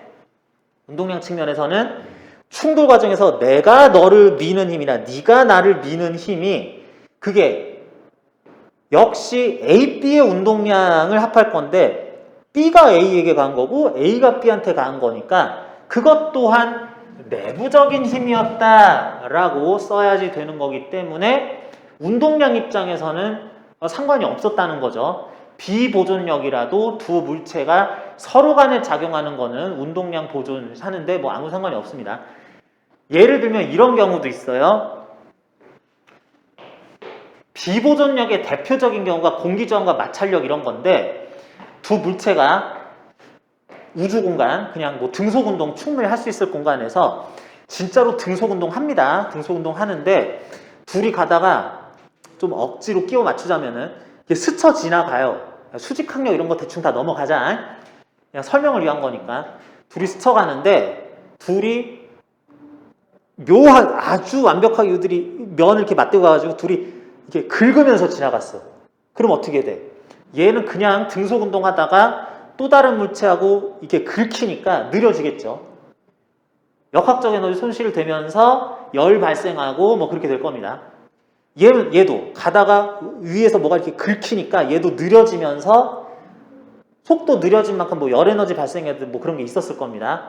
그러다가 스쳐 지나가다가 마찰 있었을 때 지나간 다음에 에너지는 분명히 합이 손실이 있겠죠. 나도 손실, 너도 손실 있었을 겁니다. 근데 운동량 합 보존이 돼요, 안 돼요? 서로 지나가다가 긁혀서 느려져서 서로 이렇게 빨리 가다가 느리게 된 경우에도 둘이 운동량의 합은 보존이 됩니다. 무려 마찰력이 작용을 해도 그 유명한 에너지 손실을 일으키는 주요 원인 중에 하나인 마찰력이 작용을 했었어도 내가 너한테 가한 마찰력이고 네가 나한테 가한 마찰력이니까 운동량 합에는 영향을 미치지 않는다. 물론 이 예는 적절하진 않습니다. 수직항력이 있어야 마찰력도 있는 거라서 수직항이 있으면 또 이렇게 운동 방향이 바뀌고 뭐 그래야 되는 것 때문에 그러는데 그런 게 조건이 미묘하게 다르기 때문에 요 구분해서 써주는 게 요게 논지 전개할 때 구분을 해야 되는 핵심 내용 중에서 하나였다. 자, 그러면 역학적 에너지 보존된다 그랬잖아요. 이제 문제 자체를 푸는 것보다도 관련한 내용을 조금 더 설명하느라고 그래요. 요 1번 과정에서 보존될 역학적 에너지는 얼마였겠느냐라는 거 찾아봅니다. 1번 과정에서 보존됐었어야 될 역학적 에너지는 둘 다 처음에 정제 있었으니까 운동 에너지는 0이고 지금 포텐셜 에너지를 구하면은 운동 에너지 0 더하기 포텐셜 에너지니까 그게 보존되면 되겠다. 포텐셜 에너지 두 물체가 뭐 표면에 붙어 있고 뭐 이런 거 아니라 충분한 거리를 떨어뜨려 놓고 있으니까 두 물체 사이 거리를 이용해서 마이너스 질량이 있는 물체니까 G의 D분의 둘의 중심 사이의 거리가 아예 D라고 그랬습니다. D분의 라지 M 스몰 m이다 라고 쓰면 되겠네. 그리고 운동량은 둘 다 정제 있었으니까 운동량의 합은 제로다 하면 되겠습니다. 자, 그래 놓고 충돌 직전 직후니까 직전과 직후를 비교해서 같다라고 놓을 거예요. 충돌 직전에 A는 VA라는 속력, B는 VB라는 속력으로 움직이고 A는 반대로 2분의 1 VA, B는 오른쪽으로 나의 속도의 절반에서 2분의 1 VB로 튕겨나간다 라고 그랬습니다. 그러면은 충돌 직전에 일단 에너지는 구하는 게 의미가 있고 요거랑 비교해야 되니까 충돌 직전에 역학적 에너지는 얼마냐 그러면은 각각의 물체 2분의 1 라지 M의 VA 제곱 A의 운동 에너지 그리고 B의 운동 에너지 뭐 이렇게 그냥 써주면 되는 거고요. 이건 어려운 거 아니고요. 그 순간 포텐셜 에너지는 어떠냐 그랬을 때 학생들이 물체 이렇게 붙었으니까 포텐셜 에너지 0 아니에요? 그러는 경우들이 있는데 이거 뭐랑 헷갈리는 거냐면 지구 표면에 물체가 떨어지면, 붙으면 높이가 0이니까 포텐셜이 0이지라고 생각할 수 있는 건데 아니죠. 이렇게 충분히 의미 있는 거리 떨어져 있는 경우에는 두 물체 사이의 중심 사이의 질량 중심 사이의 거리를 이용한 포텐셜을 써야 되니까 충돌하는 그 순간이라고 하더라도 중심 사이의 거리는 라지 R 플러스 스몰 R만큼 남아있는 거죠. 그래서 포텐셜 에너지의 마이너스 G 라지 R 플러스 스몰 R 분의 니들의 질량의 곱만큼 한 요 역학적 에너지가 아까랑 같았어야 됐겠다. 일단은 요 순간까지는, 직전까지는 보존이 됐어야 되겠다. 써야 되겠고요. 그리고 충돌 직전에 운동량에 대해서 써보면 운동량은 뭐 0 되기는 해야지 되는데 오른쪽으로 플러스라고 보면은 운동량에 대해서는 오른쪽으로 라지 M VA 왼쪽으로는 마이너스 저거 속력이라고 쓰면요. VA, VB는 속력이라고 하면은 M, VB라고 써야 되겠고 그게 0으로 보존이 됐어야 됐겠다라고 써줘야지 되겠네. 다음 충돌 직후에는 어떠냐? 충돌 직후에도 에너지 관계에 문제가 될 거고 운동량도 또 얘기를 해야지 되겠네요. 충돌 직후 운동 에너지는 요거에서 순간적으로 속도가 절반씩 바뀌었으니까 2분의 1 VA 제곱짜리 요거 쓰고 되면은 전체 운동 에너지는 4분의 1로 되겠고 2분의 1 MV 제곱 2분의 1 MV 제곱 잘못 썼죠? 스몰 m이죠. 요거 4분의 1 되면 되겠고 그리고 충돌 직후에는 충돌 직후 둘 사이의 거리 라지 R 플러스 스몰 R만큼 떨어져 있는 거 똑같으니까 마이너스 G 라지 R 플러스 스몰 R분의 MM 하긴 하는데 이거랑 같다라고 하면 안 된다는 거고 새로운 그냥 에너지가 생겼구나 이렇게 계산해야 되겠구나 라고 봐야 되겠네요. 그리고 운동량은 좀 당연하기는 한데 A 물체는 왼쪽으로 2분의 1 VA B는 B 물체는 오른쪽으로 2분의 1 VB로 날아간 결과 그것도 요거 보존이 또 돼야 되겠다. 자 이렇게 해가지고 결국에는 요거 둘 다 2분의 1씩 한 결과가 돼가지고 이렇게 하면 보존이 되겠네 라고도 쓸 수가 있겠습니다. 원래는 여기에서도 논점이 하나가 있어요. 숨은 논점이 하나가 있습니다. 뭐냐면 이것도 좀 찾아야지 돼요. 두 물체가 충돌하기를 오른쪽으로 왼쪽으로 오다가 충돌한 다음에 문제에서 어디 갔냐? 두 물체는 충돌한 직후 각각 속력이 2분의 1로 줄어서 튕겨 나간다라고 그랬어요. 그랬을 때 튕겨 나가는 속력이 왼쪽으로 속력 2분의 1 V에 오른쪽으로 속력 2분의 1 VB가 아니라 오른쪽으로 2분의 1 VA 오른쪽으로 2분의 1 VB가 되거나 아니면 충돌했는데 막 밀고 가 왼쪽으로 2분의 1 VA인데 내 속력은 왼쪽으로가 줄어들었을 뿐이야. 이렇게 됐을지도 모르잖아.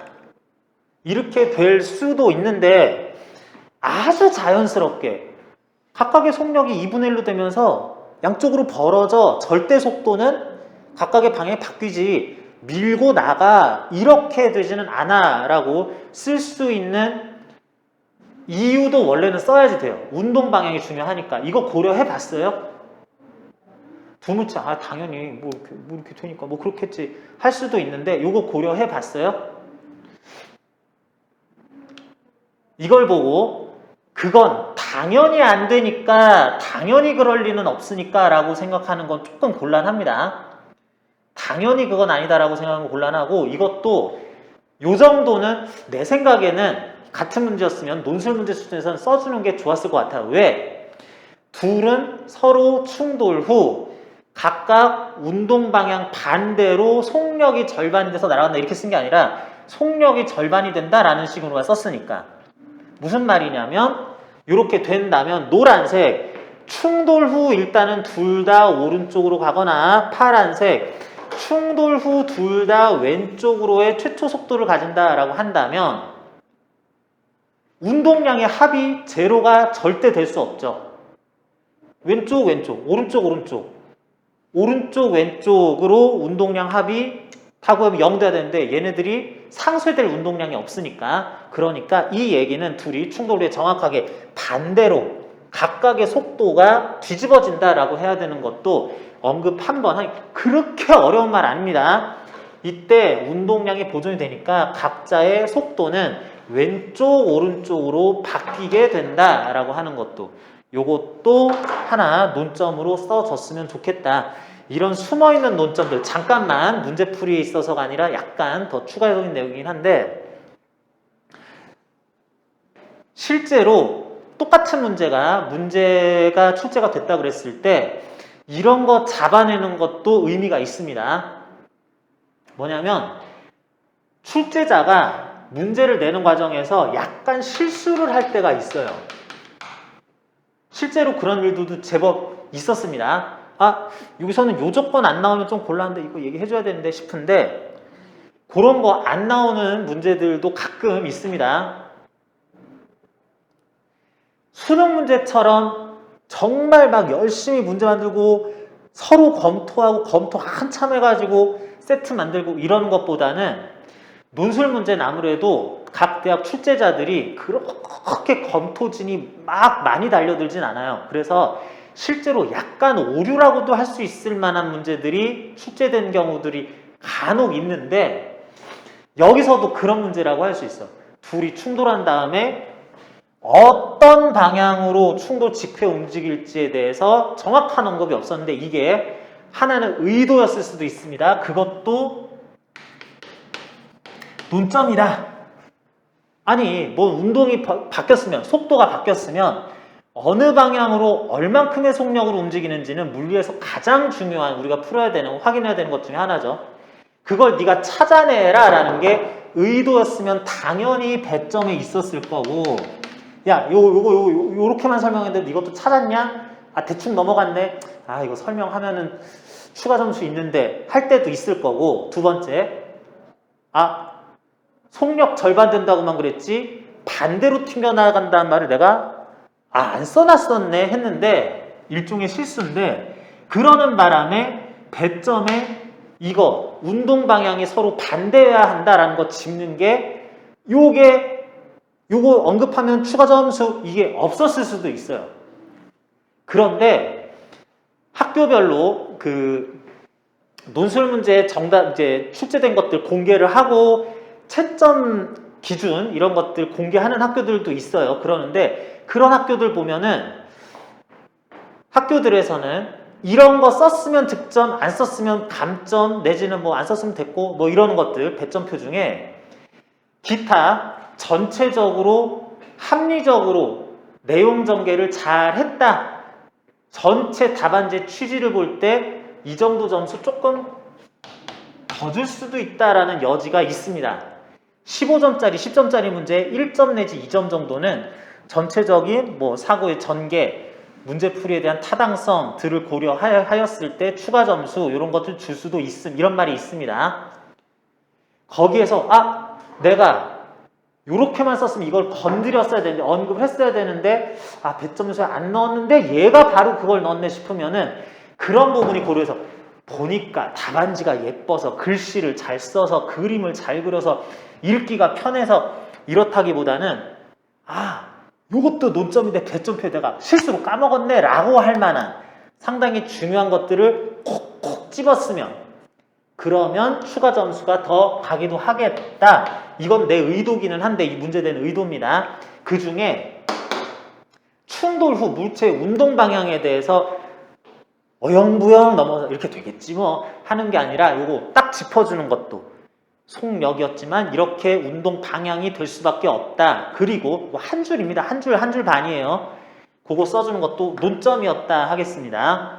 그래서 일단은 직후에 이렇게 에너지 상황, 운동량 상황 된다는 거 다시 한번 언급을 하고요. 다음 3번 과정을 거쳐서 둘이 서로 적당한 거리 d 프라임만큼 거리 떨어지게 됐을 때 중심 간의 거리가 d 프라임이 됐을 때 그때까지 오는 과정에 대한 운동량은 결국엔 둘 다 정지할 거니까 이건 잠깐 생각할게요. 그때까지의 에너지는 어떻게 되겠느냐? 그 최종 상태의 에너지는 동시에 정지할 수밖에 없으니까 이것도 논점이겠죠. 운동량 합이 제로로 보존된다면 누구 먼저 멈췄다가 이제 이건 또 가까워지는데 아직 얘는 이제 멈췄어. 이게 아니라 동시에 멈춰야 됨. 요거를 운동량 보존 법칙 가지고도 쓸 수 있을 거고 그렇게 된 순간에 대해서는 따라서 운동 에너지는 제로가 된 운동의 합이 제로가 된 순간이 있을 거고요. 포텐셜 에너지는 마이너스 G D 프라임 분의 새로운 가장 멀리 떨어졌을 때 거리 분의 mm 한 걸로 이렇게 나타나는 게 역학적 에너지일 텐데 그거는 요랑 같은 값이겠다라고 이렇게 써가지고 연결하면서 둘 사이에 가장 멀어졌을 때 그때 거리 d 프라임 요것도 구할 수 있겠다. 그래서 이제 요거 갖다 치고 조금 전개한 다음에 요거는 4분의 1 된 상태에 대해서 요거 한 거 에너지는 그만큼 그래서 손해가 있었지만 에너지 손실이 있었지만 운동량은 보존됐기 때문에 라고 하면서 VA, VB와의 관계 대입해서 써주고 정리하고 이게 보존이 된다면 요렇게도 썼어야 되니까 뭐 GMM 이런 것들 다 사라지게 되면은 D'과 라지알, 스몰알, 스몰 D들의 관계식으로 충분히 나타낼 수 있습니다. 요거는 정말 그냥 대입, 이항, 전개, 통분, 약분 뭐 또 이렇게 그런 것만 계속 이어지는 거기 때문에 그런 자세한 뭐 계산 과정은 내가 좀 생략을 할게요. 그건 어차피 해설에도 나와 있으니까. 자, 그래서 잠깐 해설 잠깐 보면요. 8쪽에 해당 문제에 대한 해설. 여기서는 두 물체의 충돌 직전의 거리가 중심 사이 거리가 r 플러스 r이다 라고만 나와 있는데 충돌 직전 해가지고 여기부터 쓰고 있죠. 여기부터 요때에 대해서 이제 관련해서 이제 써주는 거 추가적으로 할 것만 얘기를 할 건데 그랬을 때 포텐셜 에너지가 뭐 이러이러 되니까 운동 에너지 합이 이러이러 될 거라서 첫 번째 충돌 직후에 대해서 여기까지는 이렇게 한 다음에 둘 사이 최대 거리가 마지막에 d 프라임이 된다면은 그때 뭐 이렇게 포텐셜이 될 건데 충돌 직후의 역학적 에너지가 보존이 돼야 될 것이므로 어쩌저쩌저 해가지고 덜덜덜 한 게 전개 계산하면은 이와 같이 된다. d 프라임은 얼마 2이다 라고 쓰는 걸로 이렇게 나와 있긴 합니다. 여러분들 이 해설이라고 하는 거는 문제 풀이에 대한 해설이지 모범 답안은 아닙니다. 그러니까 이 문제는 이런 과정으로 정답을 얻게 된다라는 걸 쓰는 거지 중간에 배점 요소들이 이렇게 있었을 거니까 이런 표현을 넣었어야 돼. 이런 것들은 이런 걸 주의해서 쓰자 하는 것들은 빠져 있다고 보면 되겠어요. 그러면 그런 것까지 들어간 답안지는 어떻게 생겼냐? 그건 학생마다 설명하는 그것들이 다 용어나 길이 분량도 다 다를 수 있으니까 직접 좀 써야지 됩니다. 직접 쓴 거에 대해서 어떻게 이거에 대해서 평가하고 확인하죠? 그래서 내가 같이 답안지 검토하잖아. 그러니까 이런 서술이나 결과로서의 답은 있어야 되긴 하는데 여러분들은 이렇다는 이런 것들이 배점 요소였겠네. 이런 건 이렇게 표현하는 게 좋았겠네. 대충 에너지 보존되니까 운동량 보존됐을 거니까 이렇게 쓰지 않고 이런 조건 확인하는 게 필요했다는 것들은 다 여러분들 쓴 답안지에서 이제 직접 각자의 표현이 표현상으로 적절한가 이런 것들 답안 검토하는 시간에 보는 것이 맞았겠다라고 하겠습니다. 자, 그래서 해당 논제에는 이제 역학적 에너지, 운동량 보존 법칙, 포텐셜 에너지, 중력 포텐셜 에너지에 대한 얘기 이런 것들 주요 내용들 검토하는 거였었고요. 자, 논제 하나 더 풀어볼 건데 지난 시간에 풀었었던 것 중에서 요거는 좀 생략해도 괜찮아 라고 했던 내용하고 관련이 있습니다. 축전기 관련한 문제인데 요거는 설명을 조금 더 할 필요도 있을 것 같아요. 여러분들 일단은 그래도 6쪽에 나오는 논제 3 이걸로 풀어볼 겁니다. 그러는데 자 주의사항이에요.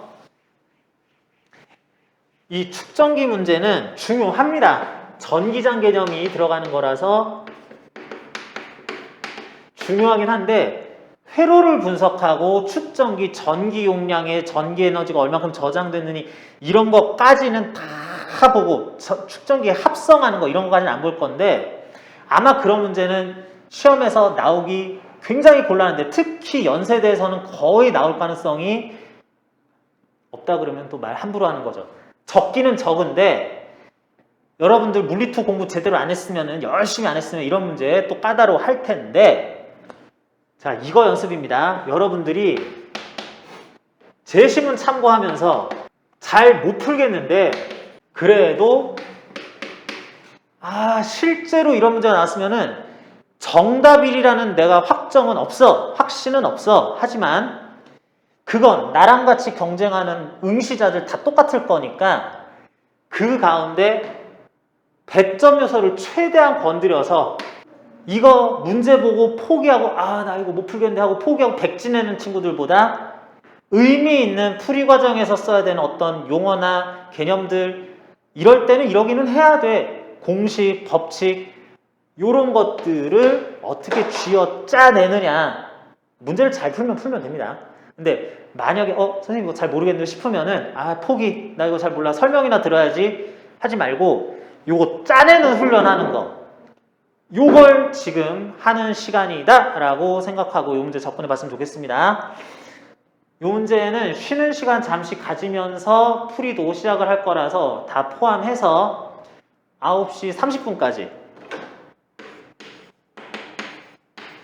그래도 쉬는 시간 적절하게 한 6, 7분 정도 가지는 걸로 치면은 문제 파악하고 문제 답안지 작성하고 그러는데 20분에서 25분 정도는 시간을 쓰면서 좀 괴롭겠지만 이 모르는 문제 푸는 게 이게 답안 작성이 진짜 힘듭니다. 요 연습 한번 해봅니다. 잠시 쉬었다 가면서 풀이 시작하겠습니다. 요거는 회로 분석도 들어가고 관련해서 우리 연대 문제 유형이라고 할 수 있는 V볼트 전압이 걸렸을 때 어떤 극판 연결되는 거 이런 것하고도 조금은 더 연결이 되는 거기 때문에 설명하게 있는데 축전기 자체의 어떤 분석 같은 것들이 또 들어가야 돼서 쉽지는 않았을 것 같습니다. 자, 일단은 4장의 금속판을 이용해서 A, B, C, D 이렇게 놨는데 그림상 이렇게 나타낸 모습이 실험대 위에 실험 장치들을 다 마련해놓고 위에서 내려다본 거를 그대로 그려놓은 건지 아니면은 진짜 실험 자체가 땅바닥 요렇게 만들어 놓고 그 상태 그대로 여기가 아래 여기가 연직 윗방향 그런 것에 대해서 배열을 이렇게 시킨 건지 요거를 구분을 하기도 해야 돼요.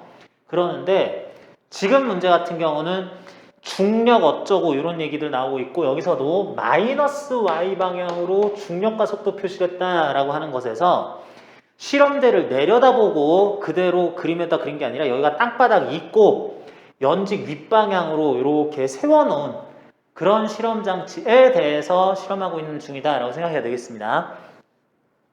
자, 그러면서 문제 자체는 아주 간명합니다. A, B, C, D 4장의 금속판으로 A, B를 한 덩어리로 볼 수 있는 축전기가 있고 CD를 한 덩어리로 볼 수 있는 축전기가 있다. 그럴 때 극판 사이의 간격이 2L이요 L이다 라고 해가지고 극판 사이 간격이 이렇게 다르면 이제 나타날 상황들 또 따져보자 이런 것도 있을 거고요. 그랬을 때 금속판 사이의 전위차 V에 대해서 Q는 CV 이런 식으로 나타난다 라고 했을 때 여러분들이 뭐라고 설명은 돼 있는데 제시문도 못 알아듣겠고 여기 공식이 나와 있는데 공식은 어떻게 쓰는지도 모르겠고 지금 상황에서 문제의 정답이 도대체 뭘 얘기하라는 건지 모르겠다 싶을 때 얘기했습니다.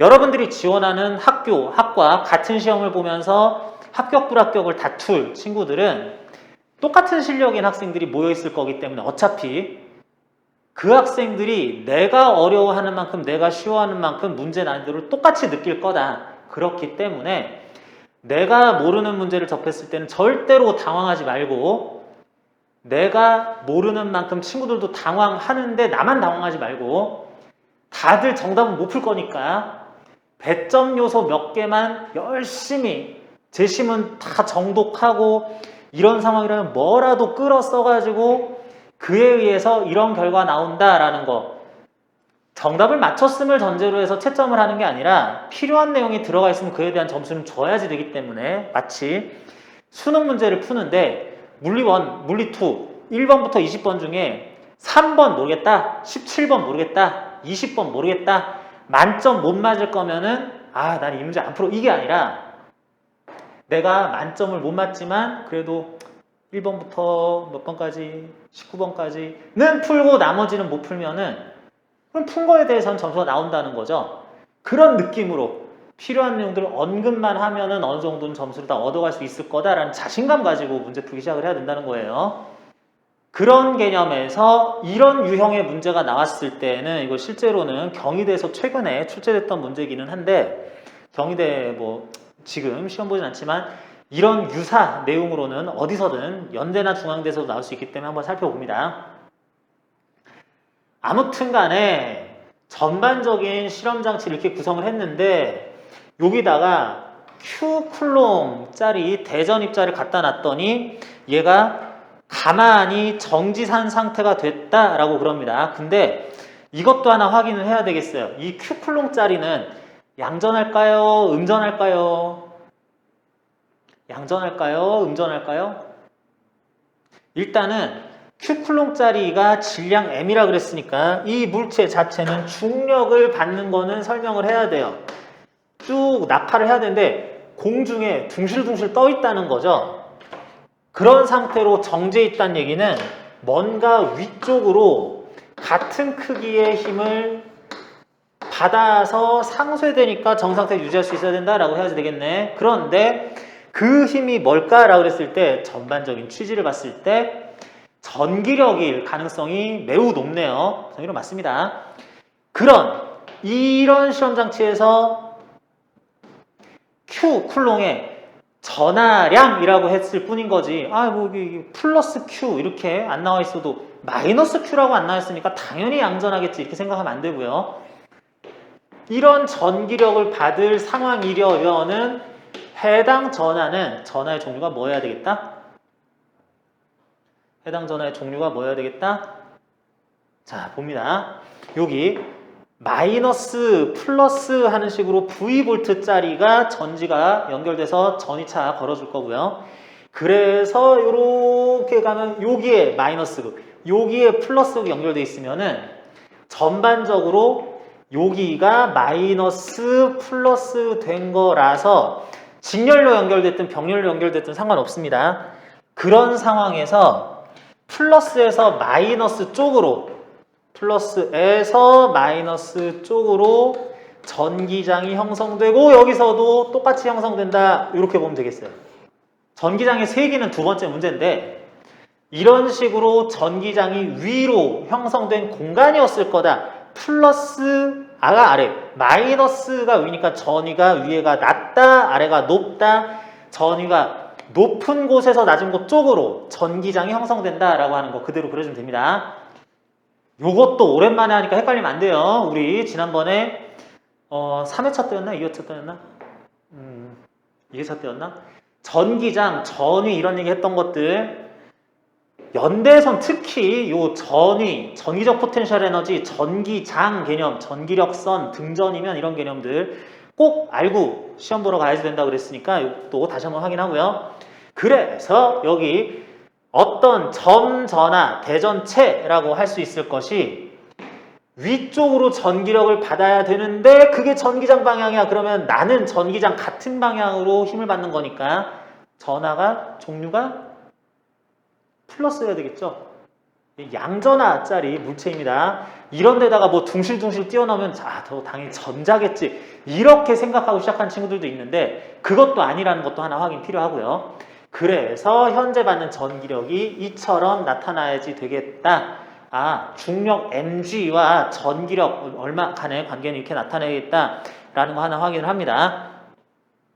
자, 그렇게 했을 때 C, D 사이의 거리를 요 L인데 뭐 2L이니까 이거 이용해도 되고요. 어쨌든 L을 문제에서 나타난 문자들 기준으로 어떻게 표현 가능한가 라는 거 풀어보라고 하고 있습니다. 자, 그랬을 때 이걸 물리2 공부를 열심히 했던 친구들은 수능 보기 위해서까지 문제들 다양하게 풀어본 친구들은 착착착착 풀면 돼요. 그런데 그게 아니면 여러분들 문제풀이에 굉장히 어려움을 느낄 수가 있는 건데, 자, 이 경우에 일단 이렇게 생각을 합니다. 위에서 재심에서 나온 설명 중에서 Q는 CV라는 전하량, 충전 전하량, 특정 축전기의 전기 용량, 거기에 걸린 전압 관계가 이렇게 나와 있어요. 그리고 전기 용량에 대해서는 C는 엡실론 D분의 S라는 공식이 또 나와 있기는 합니다. 요게 뭐냐라는 것에 대해서는 뭐 유전상수 뭐 이런 것도 나오긴 하는데, 이게 뭐냐에 대해서는 문제 열심히 읽어보면서 좀 읽어줘야지 되겠다. 금속판의 넓이가 S이고 금속판 사이의 거리가 D인 평행판 축전기의 전기 용량이 이렇다라고 나와 있으니까 대충 요거 면적 S다라고 다들 똑같은 면적을 가진다고 한다면은 이 AB로 이루어진 축전기의 전기 용량 C1은 적당히 진공 유전율 곱하기 둘 사이 거리라고 그랬죠? 2L분의 S다. 요거 전기 용량 C2라고 하면은 엡실론 L분의 S다 라고, 전기 용량에 대해서는 요렇게 된다라는 거, 이런 것들 어차피 문제 풀 때 다 써줘야 되는 거기 때문에 공식 이거 즉시 활용하면 얘들의 전기 용량은 그래서 1대2이다, 이런 말도 써주는 거라고. 그렇게 한 다음에 이런 식으로 되는 거 요 사이에서 받는 힘 그랬으면은 Q쿨롱짜리가 일단 양전하여야 된다, 이런 것도 언급하는 거 필요하고요. 그런 전기장이 2 뉴턴 퍼 쿨롱이었다면 그러면 받는 전기력이 나의 전하량 곱하기 요 위치 전기장의 세기 Q 2 뉴턴이다 라고 쓸 수가 있겠네.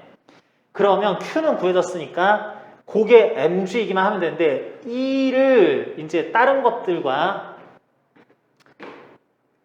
이게 등호 아닙니다. 이거 써보고 나니까 좀 이상하네.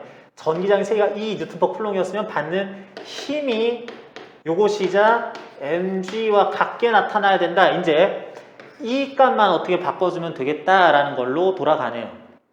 그런 다음에가 문제인데, 이렇게 나왔을 때 전기장의 세기를 구하기 위해서는 AB 사이의 전위차, CD 사이의 전위차를 또 알아야 되기는 해요. 근데 여기에서 이런 문제를 경험을 해봤냐 그렇지 않느냐에 따라서 이게 영향이 약간 달라지는데요. 이런 건 배경 지식으로 없으면 정말 아예 풀기 자체 그런 건 좀 힘들긴 합니다.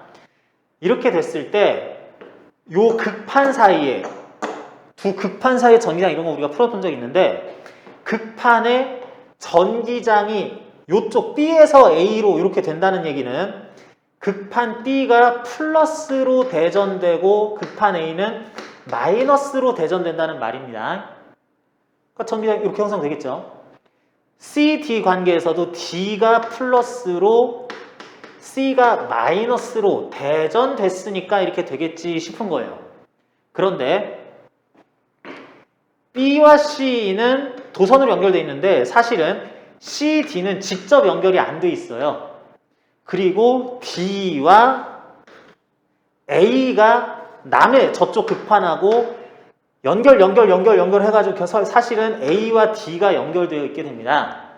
그랬을 때 B가 플러스 Q 쿨롱으로 대전이 된다면 전자가 어디로 빠져나갔다는 얘기인데, 그 전자가 어디로 빠져나갔길래 너는 플러스 Q 쿨롱일까요? 요걸 생각을 해야 됩니다.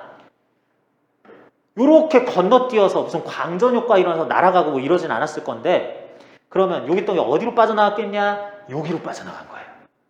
여기로 빠져나가가지고 이게 플러스 Q 쿨롱이면 이것도 마이너스 Q 쿨롱 이렇게 됩니다.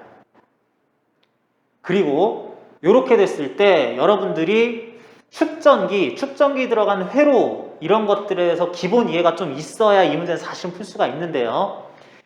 이렇게 하나의 축전기는 사실은 A와 B, C와 D로 각각 만들어져 있는 건데, 이럴 때 하나의 축전기에 마주보는 두 극판에는 전하량이 똑같이 충전이 돼야 됩니다.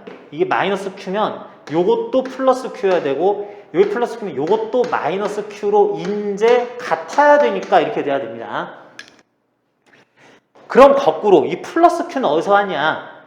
전자가 마이너스 Q로 대전이 돼야 될 요쪽으로 빠져나간 결과겠다, 이렇게 해석을 합니다. 그렇게 됐을 때 A, B 묶여있는 요 축전기는 마이너스 Q 플러스 Q 전하 대전됐으니까 이 Q 쿨롱이 대전된 거냐, 마이너스 Q 플러스 Q 합치면 여기니까 0 쿨롱으로 대전된 거냐, QQ니까 Q로 대전된 거냐 라고 했을 때 축전기는 이렇게 읽어요. 전체적으로 이 덩어리를 보면 중성이지만 플러스 Q 마이너스 Q니까 QQ 합해서 2Q냐, 그건 아니고 항상 플러스 마이너스 똑같은 전하로 대전 각각 됐을 요 전하량, 공통 전하량을 축전기의 충전량이라고 합니다. 대전량이라고는 얘기를 하질 않아요. 그래서 요걸 Q라고 하면은 CD로 묶여있는 요 하나의 축전기에도 같은 전하가 충전돼 있어야 된다라고 갈 거예요. 자, 그러면 이제 묶어봅시다.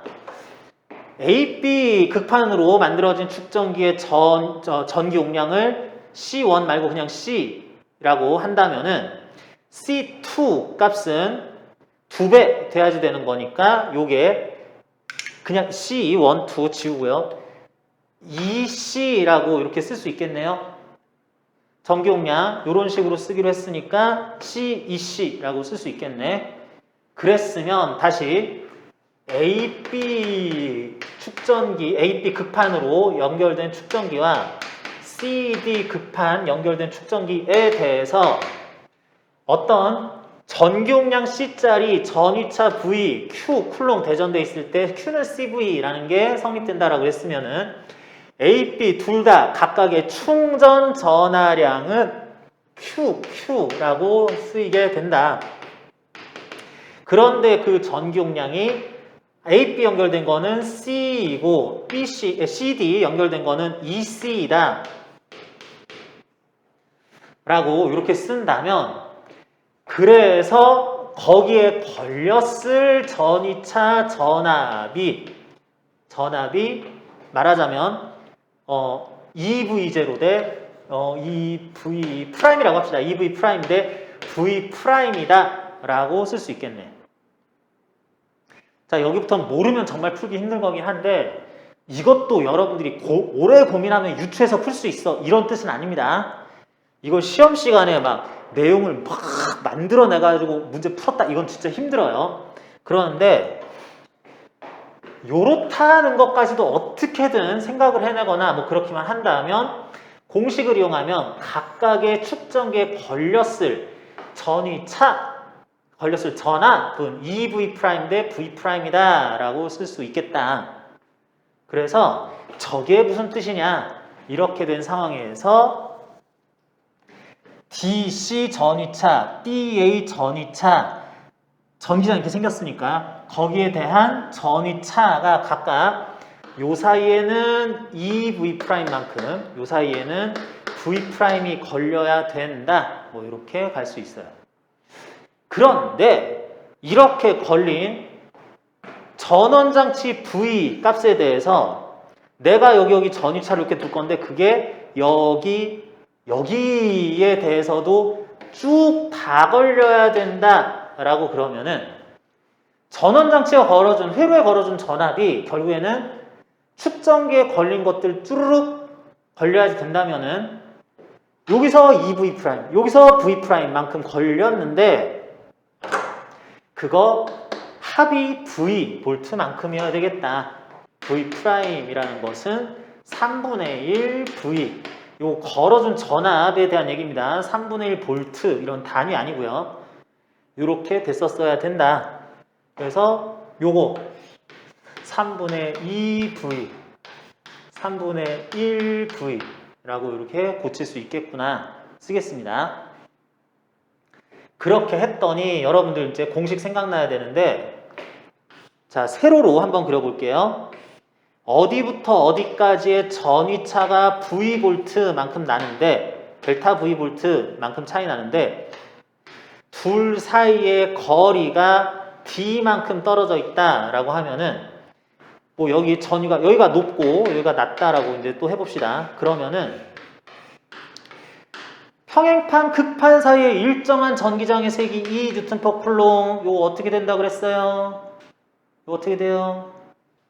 쭉 연결되는 공식 외워야 된다 그랬습니다. 여러 가지 물어볼 수 있을 때 이제 이항을 통해서, 조합을 통해서 더 응용할 수 있기 전에 외워야 되는 공식은, 어떤 대전체가 전기력에 의해서 받은 일은 전기력 곱하기 전기력 방향으로 간 거리, 힘이 일정하다면 이렇게 해야 되는데, 전기력은 Q쿨롱짜리가 전기장 E 속에서 받는 힘은 QE 뉴턴, 그래서 W는 QE D 할 수 있는데 는 Q 델타 V라고도 쓸 수 있다. 뭐 요것부터 시작한다고 봐도 되는 거고, 아니면 외웠으면 이렇게 했더니 QQ ED는 델타 V, E는 D분의 델타 V라는 것도 나오죠. 이렇게 되죠.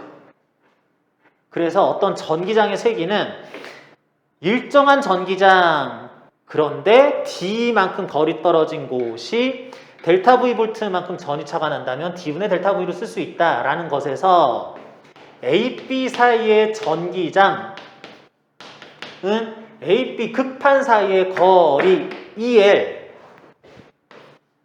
분의 A, B 극판 사이의 전위차 3분의 2 V.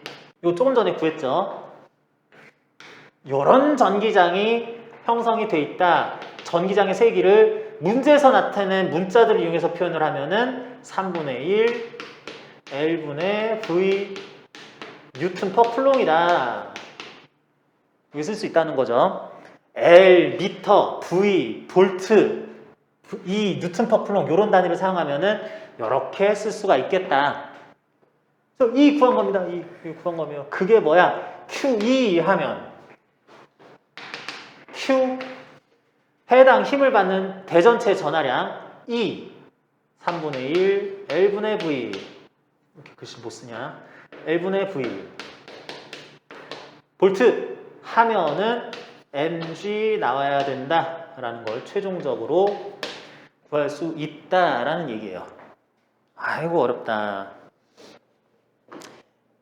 그래서 지금 요게 지면에 대해서 연직으로 세워놓은 실험 장치를 그대로 아래가 마이너스 y 방향으로가 중력 가속도, 중력 방향이라고 했을 때 중력 크기만큼을 해당 대전체는 위쪽으로 전기력을 받으려면 플러스 대전체이어야 하면서, 그러면서 L 값을 구해라 라고 했으니까 이거 이항만 하면 되는 거죠. 뭐 L 넘기면은 3mg분의 QV 뭐 이렇게 되나?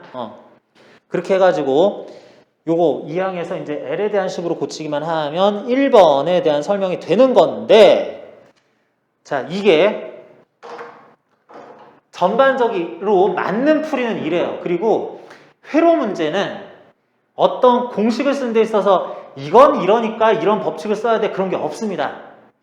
회로 볼 때는 그냥 키루의 법칙, 키루프의 전압 법칙, 전류 법칙 또는 축전기에 대한 성질들 이런 것들 지금은 쓸 수 있고 뭐 지금은 이런 건 못 쓴다라는 거 없이 그냥 대입해서 그냥 풀어내기만 하면 돼요.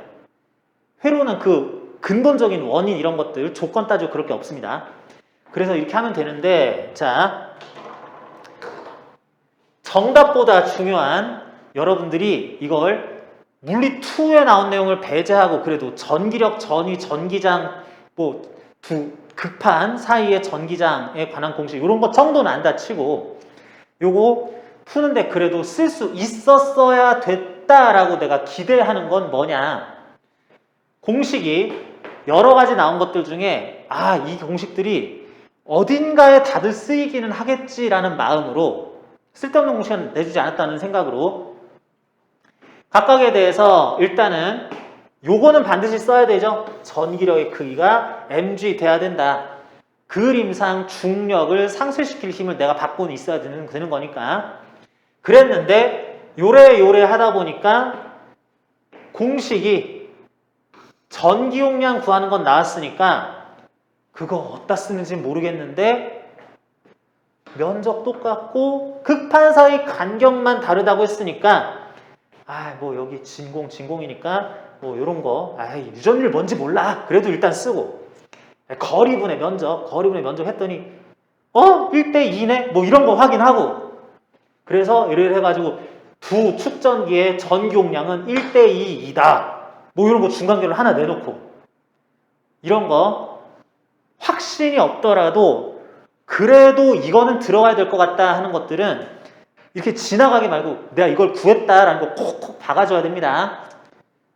그래야지 그나마 그거 쓴 것에 대해서 눈에 띄고 채점은 들어갈 수 있기 때문에 이거 쓰는 거 하나 필요하고요. 중간에 그런데 뭐 이런 공식에 의해서 이런 말들 쓰는 것도 당연히 중요했었고 그 다음에 요게 뭔가 쓰이겠지라는 생각은 해줘야지 됩니다.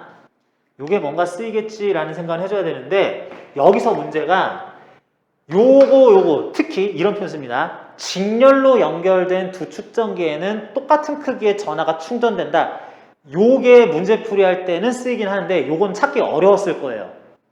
어려워가지고 이거를 뭐 QQ 몇 대 몇 쓰느냐 이런 거부터는 실수를 하면 좀 어긋날 수 있습니다. 그런데 어쨌든 뭐 이런 거 쓰려고 하니까 전기 용량 B가 1대2이므로 뭐 전압은 똑같이 걸리고 전하량이 1대2로 충전된다. 이렇게 하면 틀린 거긴 하지만 일단 써 그렇게 할 수도 있는 거고 왠지 나는 Q를 똑같이 둬야 될 것 같았다면은 어쨌든 이렇든 저렇든 요거에 대한 소개가 그 다음으로 들어가기는 해야지 되겠고 나도 이것도 읽긴 읽었다 라는 거 쓰긴 해야 되고 근데 그 활용을 잘못했으면 다음부터는 모르니까 틀리는 건 당연하고요. 그랬을 때 이제 요것도 맞다 치면은 이제 틀리게 써서 만약에 그렇게 됐을 때 V값이 똑같이 걸려야 돼 라고 했었어도 직접 대입하지 말고 그런데 어떤 축전기 두 극판 사이에 전위차가 델타 V 볼트 나면 거리차 D에 대해서 전기장은 E로 나타나며 따라서 Q쿨롱짜리가 현재 받고 있을 그 전기력의 크기는 F는 QE는 저기다가 대입해 보면은 EL분의 Q 델타 V 뉴턴이다. 요거까지는 써줘야 되겠습니다. 그러니까 모르는 문제 풀고 있는데 너무 이거 당연히 이거지 하는 거 막 대입하지 말고 좀 미심쩍은데 싶은 부분에 대해서는 A, B 사이에 걸린 전위차가 A, B 극판 사이의 전위차가 델타 V 볼트라면 이렇게는 돼야 돼 라고 쓴 다음에 혹시 이거를 V 2분의 1V 뭐 이런 식으로 착각해서 썼다고 하더라도 내가 확신이 없는데 이거를 얼마를 써야 되지 하지 말고 그게 델타 V 볼트라면 거리가 이러니까 이렇게 나타나겠네 이렇게 쓰면 이거 자체는 또 맞는 말이야. 그래서 이거 정도는 써주고 이제 그래서 대입하면 하고 했을 때 맞게 대입하면 참 좋은데 틀리게 대입해서도 이런 거 뭐 해가지고 맞는 말 했는데 점수를 안 줄 수가 없다는 얘기죠. 이게 모를 때는 최대한 자연스럽게 이게 이렇게 되는데 적용하면 이래라고 할 때 우리가 확신이 없는 건 뭐야? 제시문에 나온 어떤 공식이나 개념, 법칙 같은 것들은 요건 언젠가 써야지 하는 게 있는데 거기다 내가 알고 있는 몇 가지 덧붙이면 대입했을 때 정답일 거라는 확신만 없는 거잖아. 그러면은 은근슬쩍 요거 해서 요걸 썼으니까 요거야 라고 완벽한 답은 내지 말고 이럴 때는 일반적으로 이런 식이 성립을 해요. 이럴 때는 일반적으로 이런 식이 성립을 해요. 대입했는데 딴소리 해도 이 말은 또 맞는 거 만들어 놓고 이 말 자체는 틀릴 여지가 없는 말 만들어 놓고 이런 걸로 좀 이렇게 하면 되긴 하는데 이 말씀 점수 좀 주세요 라는 식으로 답안지를 만들어 갈 필요도 있다는 겁니다. 이게 어려운 문제 나왔을 때 여러분들이 시험에서 대처하는 요령이라고 할 수 있습니다. 그래서 1번에 대한 정답은 이거고 요거는 이제 회로 분석에 관련된 문제이기 때문에 일단은 뭐 그렇게 쉬운 문제만은 아니었지만 이 문제 취지가 그거라 그랬죠. 내용도 한번 설명을 듣기는 하는데 여러분들이 듣다 보니까 직렬로 연결된 두 극판에 대해서는 두 측정기에 대해서는 전하량이 똑같이 충전될 수밖에 없다. 아무튼 똑같이 충전된다. 이런 거 한 번 더 알고 지나가면 되는 거고 그랬다면 V볼트가 나뉘어 걸려야 된다. 거기에다가 Q는 CV를 적용을 하면 된다. 어디 갔냐? 이런 것들을 이참에 하나 더 알았다라고 생각하면 되는 거고 그런 다음에 축전기 중에 CD로 만든 축전기 내부에 유전상수, 요 K 아니에요. 카파예요. 카파. 카파 값이 1보다 큰 유전체로 채운다면 그랬습니다. 요거까지는 풀기가 매우 어려웠을 수도 있는데 여기다가 전기 용량이 이제 바뀌게 될 유전상수 카파짜리를 유전체를 집어넣었다라 그러면 요거 전기 용량이 여기 전기 용량이 엡실론 L분의 S에서 카파 엡실론 L분의 S로 바뀐다라는 뜻이 됩니다. 카파만큼 전기 용량이 더 커지게 되는 꼴이 되는데 그렇게 되더라도 각각 극판에 저장되는 충전되는 전하량은 똑같은 크기다라는 건 변하지 않아요. 똑같은 크기다라는 건 변하지 않습니다. 그러면 각각의 극판 이렇게 만들어진 것에 전기 용량을 따졌을 때 요게 엡실론 2L분의 S인데 요거는 엡실론 L분의 S 카파배 이렇게 되는 거니까 이제는 전기 용량이 요 카파 없었을 때는 정확하게 1대2 그랬는데 이제는 어떻게 되는 거야? 1대2 카파 이렇게 변하는 거죠. 아니 엡실론 2L분의 S하고 카파 엡실론 L분의 S의 비율은 1대2 카파다 라는 얘기입니다. 전기 용량이 이렇게 바뀌게 돼요. 그러면은 다음부터는 1번 푼 문제 그대로 따라가면 됩니다. 이렇게 된다면 그렇게 해서 둘의 충전된 전하가 Q'으로 위에 거 아래 거 똑같은 값이 충전이 돼야 되는데 적당히 C에 델타 V만큼 뭐 충전이 됐다. 전이차가 난다. Q는 CV. 요거는 C의 2카파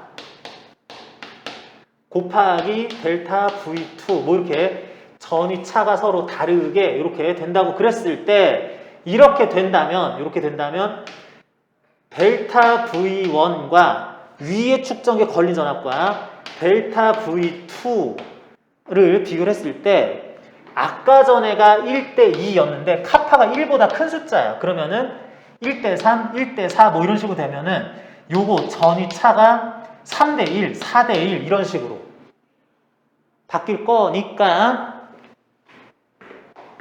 요거 전이차가 3대1, 4대1, 5대1 뭐 이런 식으로 비율이 더 크게 차이가 나면은 V 값이 여기 걸린 거 더해서 됐어야 되는데 여기에 전이차가 1번 문제 때보다 전이차가 더 커지겠죠.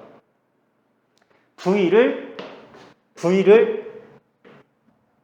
말하다가 헷갈리네. V를 2대1로 나눠 갔어야 되는데 이제는 3대1, 4대1로 나눠 가져야 된다면은 여기에 전이차가 커진다는 얘기지. 그럼 어떻게 돼? 똑같은 간격을 가진 극판 사이 전이차가 커진다는 얘기는 전기장의 세기가 강해진다는 겁니다.